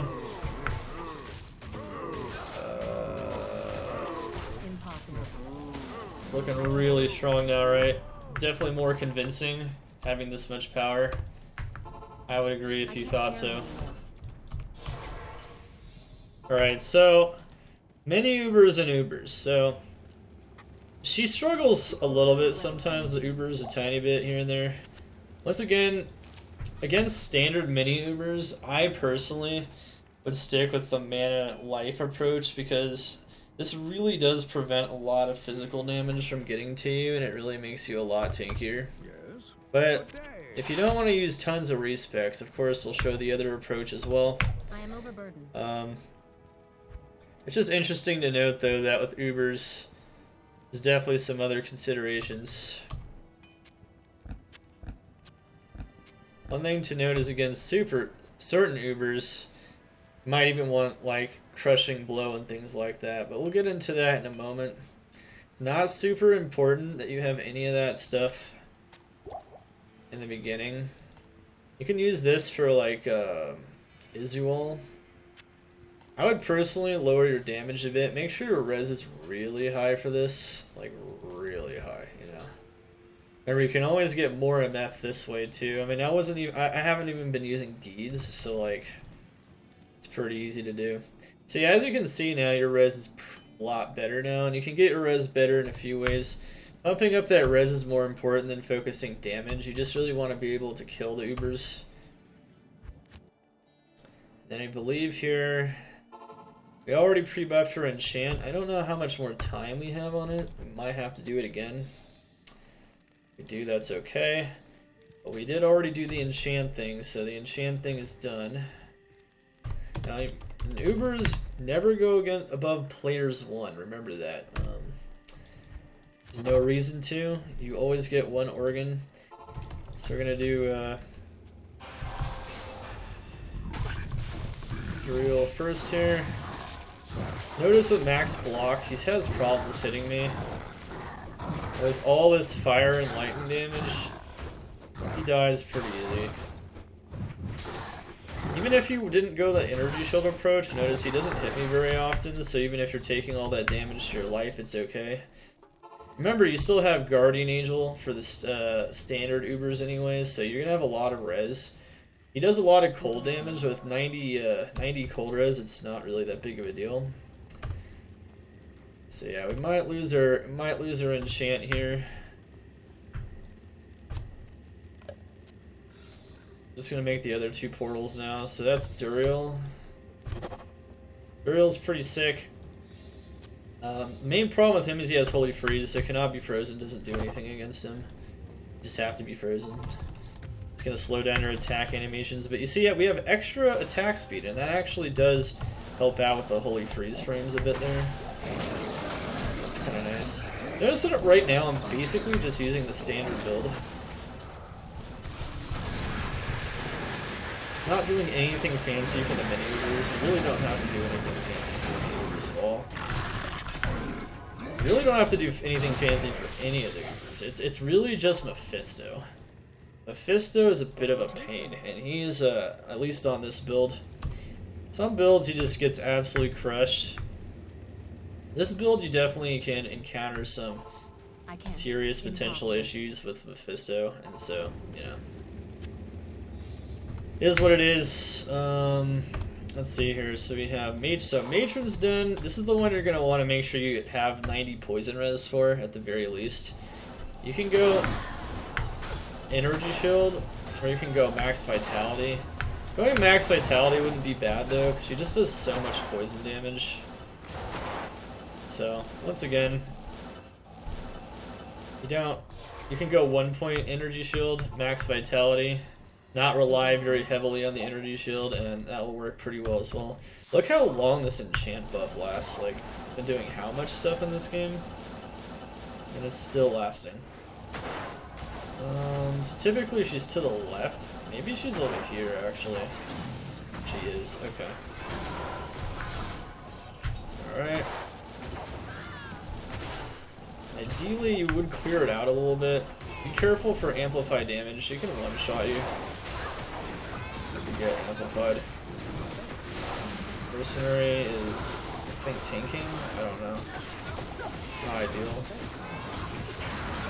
There you go. As you can see though, she gets absolutely walloped by a Zeal Sorceress. And once again, I don't have any crushing blow or open wounds or anything. It's just raw, insane amounts of damage. So, you know, it's not much of a problem. You know, we got our max block, we have our mana to tank, we have good poison res. We're good to go. You don't really have to worry about Lilith at all.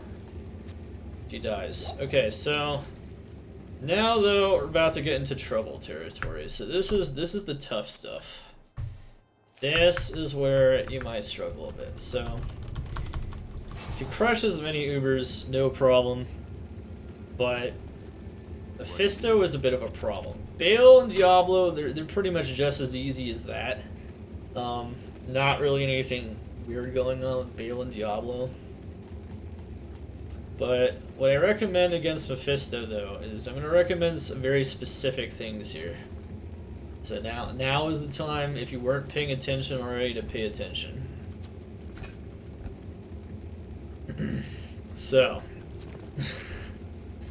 Mephisto, we're going to want a Thunder God's Belt. We're actually going to want to use Durus against Mephisto, potentially. So we're going to get our light res this way, and we're going to get our sword this way. But we're also going to want to make sure we have a lot of crushing blow and open wounds, just in general. We're going to have really, really stacked res. Stacked res is very key to this here. And the open wounds off of this is very high, and you're definitely going to want that. The problem with Mephisto is that he's lightning immune, and so you need as much lightning res as you possibly can get, but it's not easy to achieve. Otherwise, you basically do like no damage to him. So we're going to try this approach first. To be honest, I'm not sure if we even have enough light res on this build to do it though, so bear with me a little bit. We'll see how much light res we have, and then we'll kind of go from there. Against Mephisto, it doesn't hurt to have more attack rating as well. And then we're really just going to stack res. Just going to stack gobs and gobs of resistances. I think... I don't know how higher... See, we have 257 light res. Okay, no, that actually looks pretty good. I think we can do that. We can definitely do the 250. Yeah, we can make that work. What's interesting too, though, is you can also put on more lightning res on like a single ring or something. But this ring has a lot of lightning res, so I'm just gonna use it. Also, with this, we'll have some FCR as well. But yeah, light res, cold res is good too. Notice though that even with Crack of the Heavens, we still have a decent amount of light res.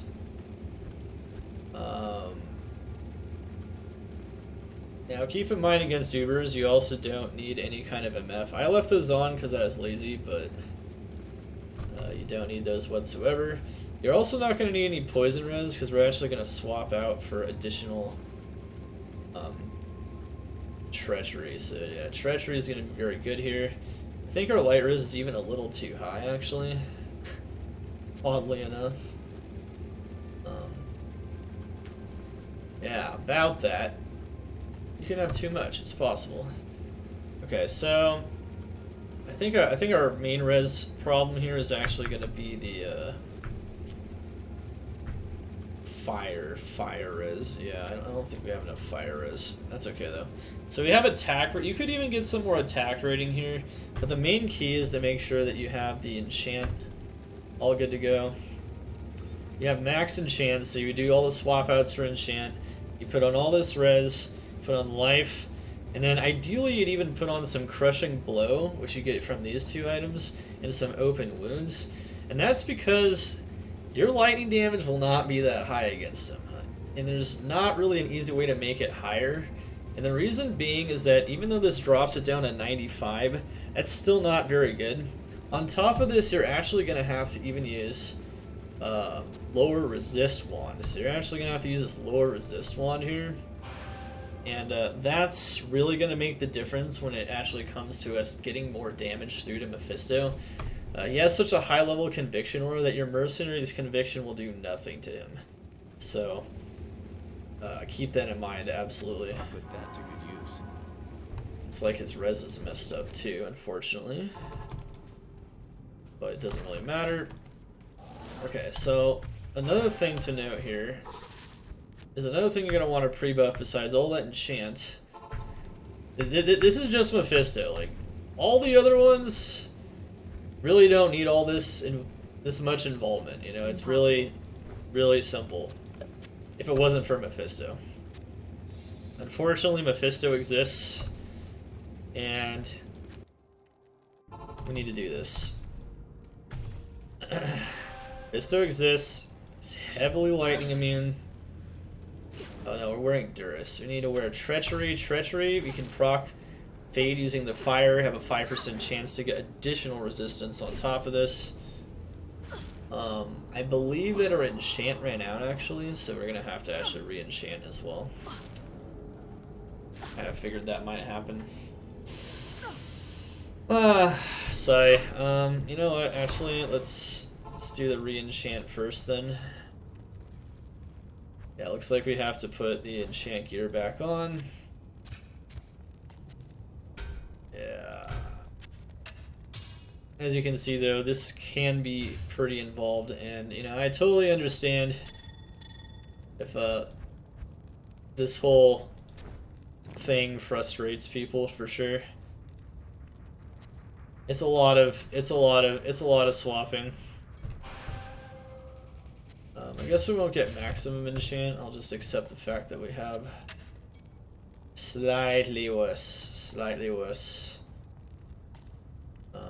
It's fine.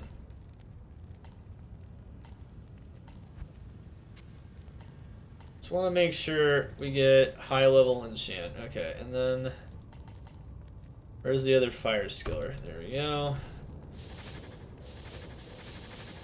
Alright, there's enchant. Our enchant's back up. Sweet. Put your gear back on. Go to town.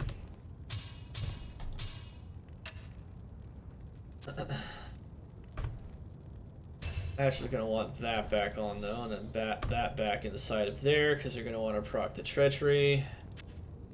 Enchant will last an insanely long time, so as long as you don't die is really the big risk here. Should be fine. Fist is kind of a pain though.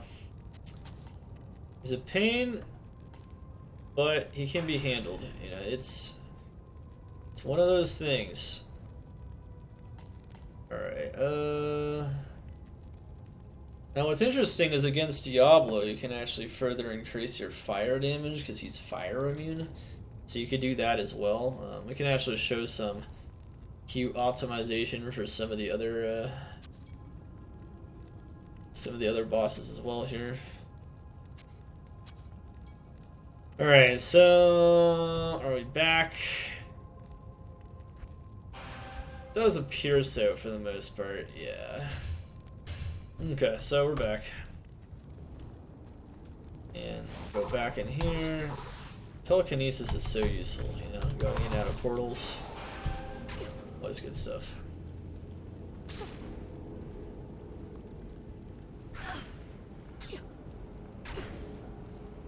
Look at that crazy damage, yeah. Unfortunately though, our damage isn't as high as it was, and once again, really trying to make sure we can kill Mephisto here. He's a bit of a pain. Also, the Light Sunder is also useful in other ways too. So, yeah, you kind of have to wait for it to like hit the massive amount of resistance, and then you swap back to Durus. But anyway, it also helps with the Pit Lords, because the Pit Lords are immune to pretty much everything except for physical damage, so you can actually kill those easier, and you can kill Diablo, so it's a lot easier as well. They don't appear to be proccing it though. My goodness, this is taking forever. Hopefully it doesn't take so long that we have to use Enchant again. Oh, no, we got it. Okay. So if I swap Dak Duras back on, I have 310 light res. It is exactly what you want against Mephisto. So now, he'll only be able to drop us down to 85 light res. He has a level 20 Conviction Aura that drops all of your cold, fire, and light res down 125. Now, even our cold res is looking pretty good, which is pretty nice, honestly. And this is just in general what you want to do. I mean, you can use the lightning GC still if you still have res, but it's really tough to get res on this particular setup. Alright, so we are now faded. We have energy shield. We have everything. We're gonna make the Uber Tristram portal. And we're gonna go to town. Now remember, and this is the last part that's really important. Make sure that after you bow there, you put on this lower resist wand. And then you swap it in here like this. And then it's pretty good.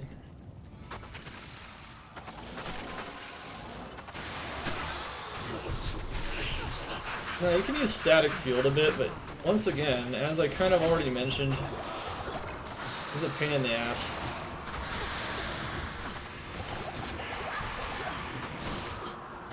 Notice that we're still using the energy shield approach. Ah! That's not what we want. Oh no. Okay, try not to draw them together. If that happens, just separate them. Yeah, I forgot. I'm actually not max vitality. Oh no. Might actually die doing this.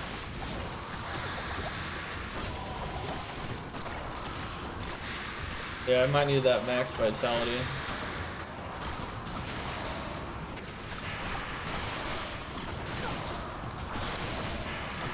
Or we can just, you know, pump jukes a lot. So notice that Mephisto is really tough on this build. Once again, you know, lightning immunity is a problem. It would still take this long to kill him no matter what. But you would actually prefer not to have energy shield against him. Hello. You'd prefer to have life because he does a lot of elemental damage. Now, this is not bad against his physical damage, but it's not ideal. You would just go max vitality. 1 point energy shield is like way better most of the time. Definitely, 100%. Okay, so I'm actually gonna rebo. My fade runs out, I'm gonna die, so hopefully that doesn't happen here. Get him with the lower resist one. The Mercenary survived, that's actually ideal. So, yeah, you see how much damage that does there? That's very, very painful. But there you go, and then he dies.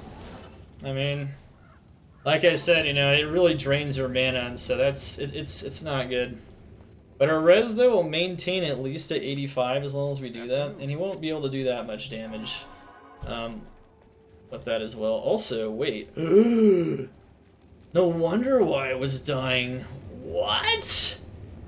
Did I just kill Mephisto without T-Gods? Wow, well, I guess this will be in the video. There you go, you don't even need T-Gods. If you don't use T-Gods though, your only shot of surviving, period, is Energy Shield, because once again, resistances don't apply to the mana on Energy Shield. I guess it's kind of teachable.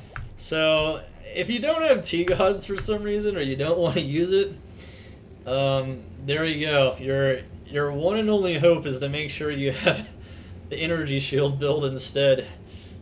Wow, it's pretty wild though. Very interesting. That's pretty wild stuff. Notice though we still have 65, which is really good there, obviously. Now, for the rest of these bosses, You don't need Durus or anything. You can just kill them without crushing blow, period.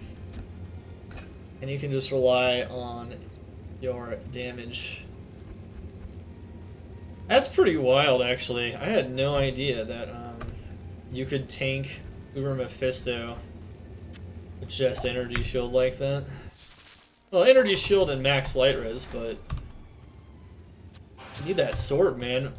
Without that sword, he does so much damage still. Clearly not quite enough as long as you have the 85 light res. But, I mean, wow, okay. Never tested that before because technically that's not optimal, so.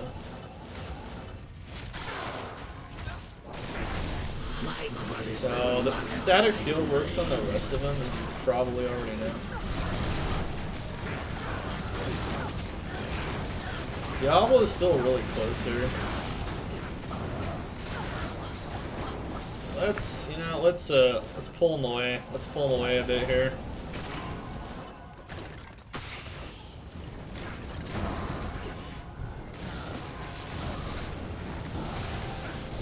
So if you get lower resist one and Diablo, get the conviction aura from your mercenary. He's not lightning immune, so you're actually gonna do a ton of damage to him. Diablo's really easy. He's the easiest one on this build. Mephisto is by far the toughest, but you really need the crushing blow on top of your lightning damage, and even with all that, it's still pretty tough. If you want on the Mercenary, you could even get double plagues on an Act 5 Mercenary, and then you can proc an even higher level, lower resist. It's definitely a solid strat on this build. Am I not hitting Bale? What is going on here?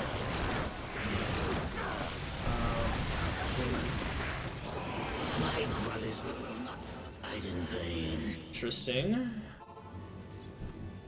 Not hitting him. Now Bale has block, so Bale sometimes is a pain.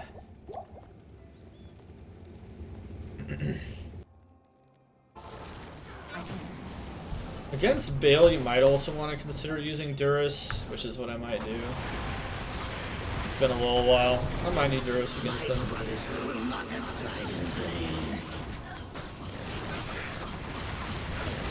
Bale does have a decent amount of block. He also has, yeah, we're just not hitting him. Like, he's... Yeah, when we do hit him, we do a lot of damage. Just not hitting him, though.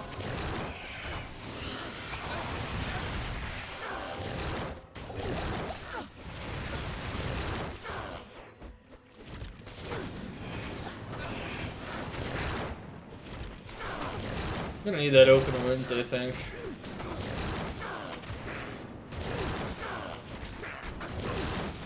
Yeah, he's healing too fast. Wow. Okay. Well, it just goes to show you that the Durus approach will work against everything. And I wanted to show you this just to show how I could tank Diablo, but, you know, either way, it doesn't really matter too much. Note that I don't even have my Fade on anymore. You don't need it. You only need Fade and all that stuff for Mephisto. Mephisto really is the pain. But it doesn't hurt to have some more open wounds. So if you throw on a Durus, you can even throw on the Goblin Toes here, and then it can also be good in other ways as well. And then you can just throw into some Crushing Blow into the mix. You know, it really doesn't hurt to use this particular setup for this. My brothers will not have died in vain.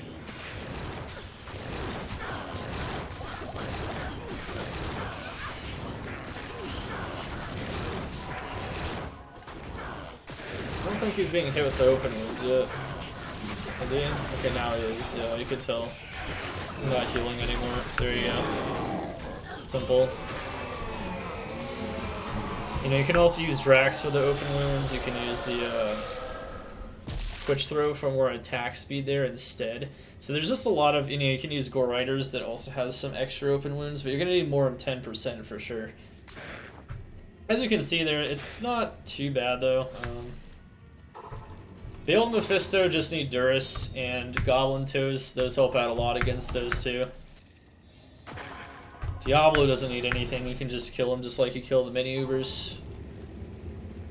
And then blam! Easy.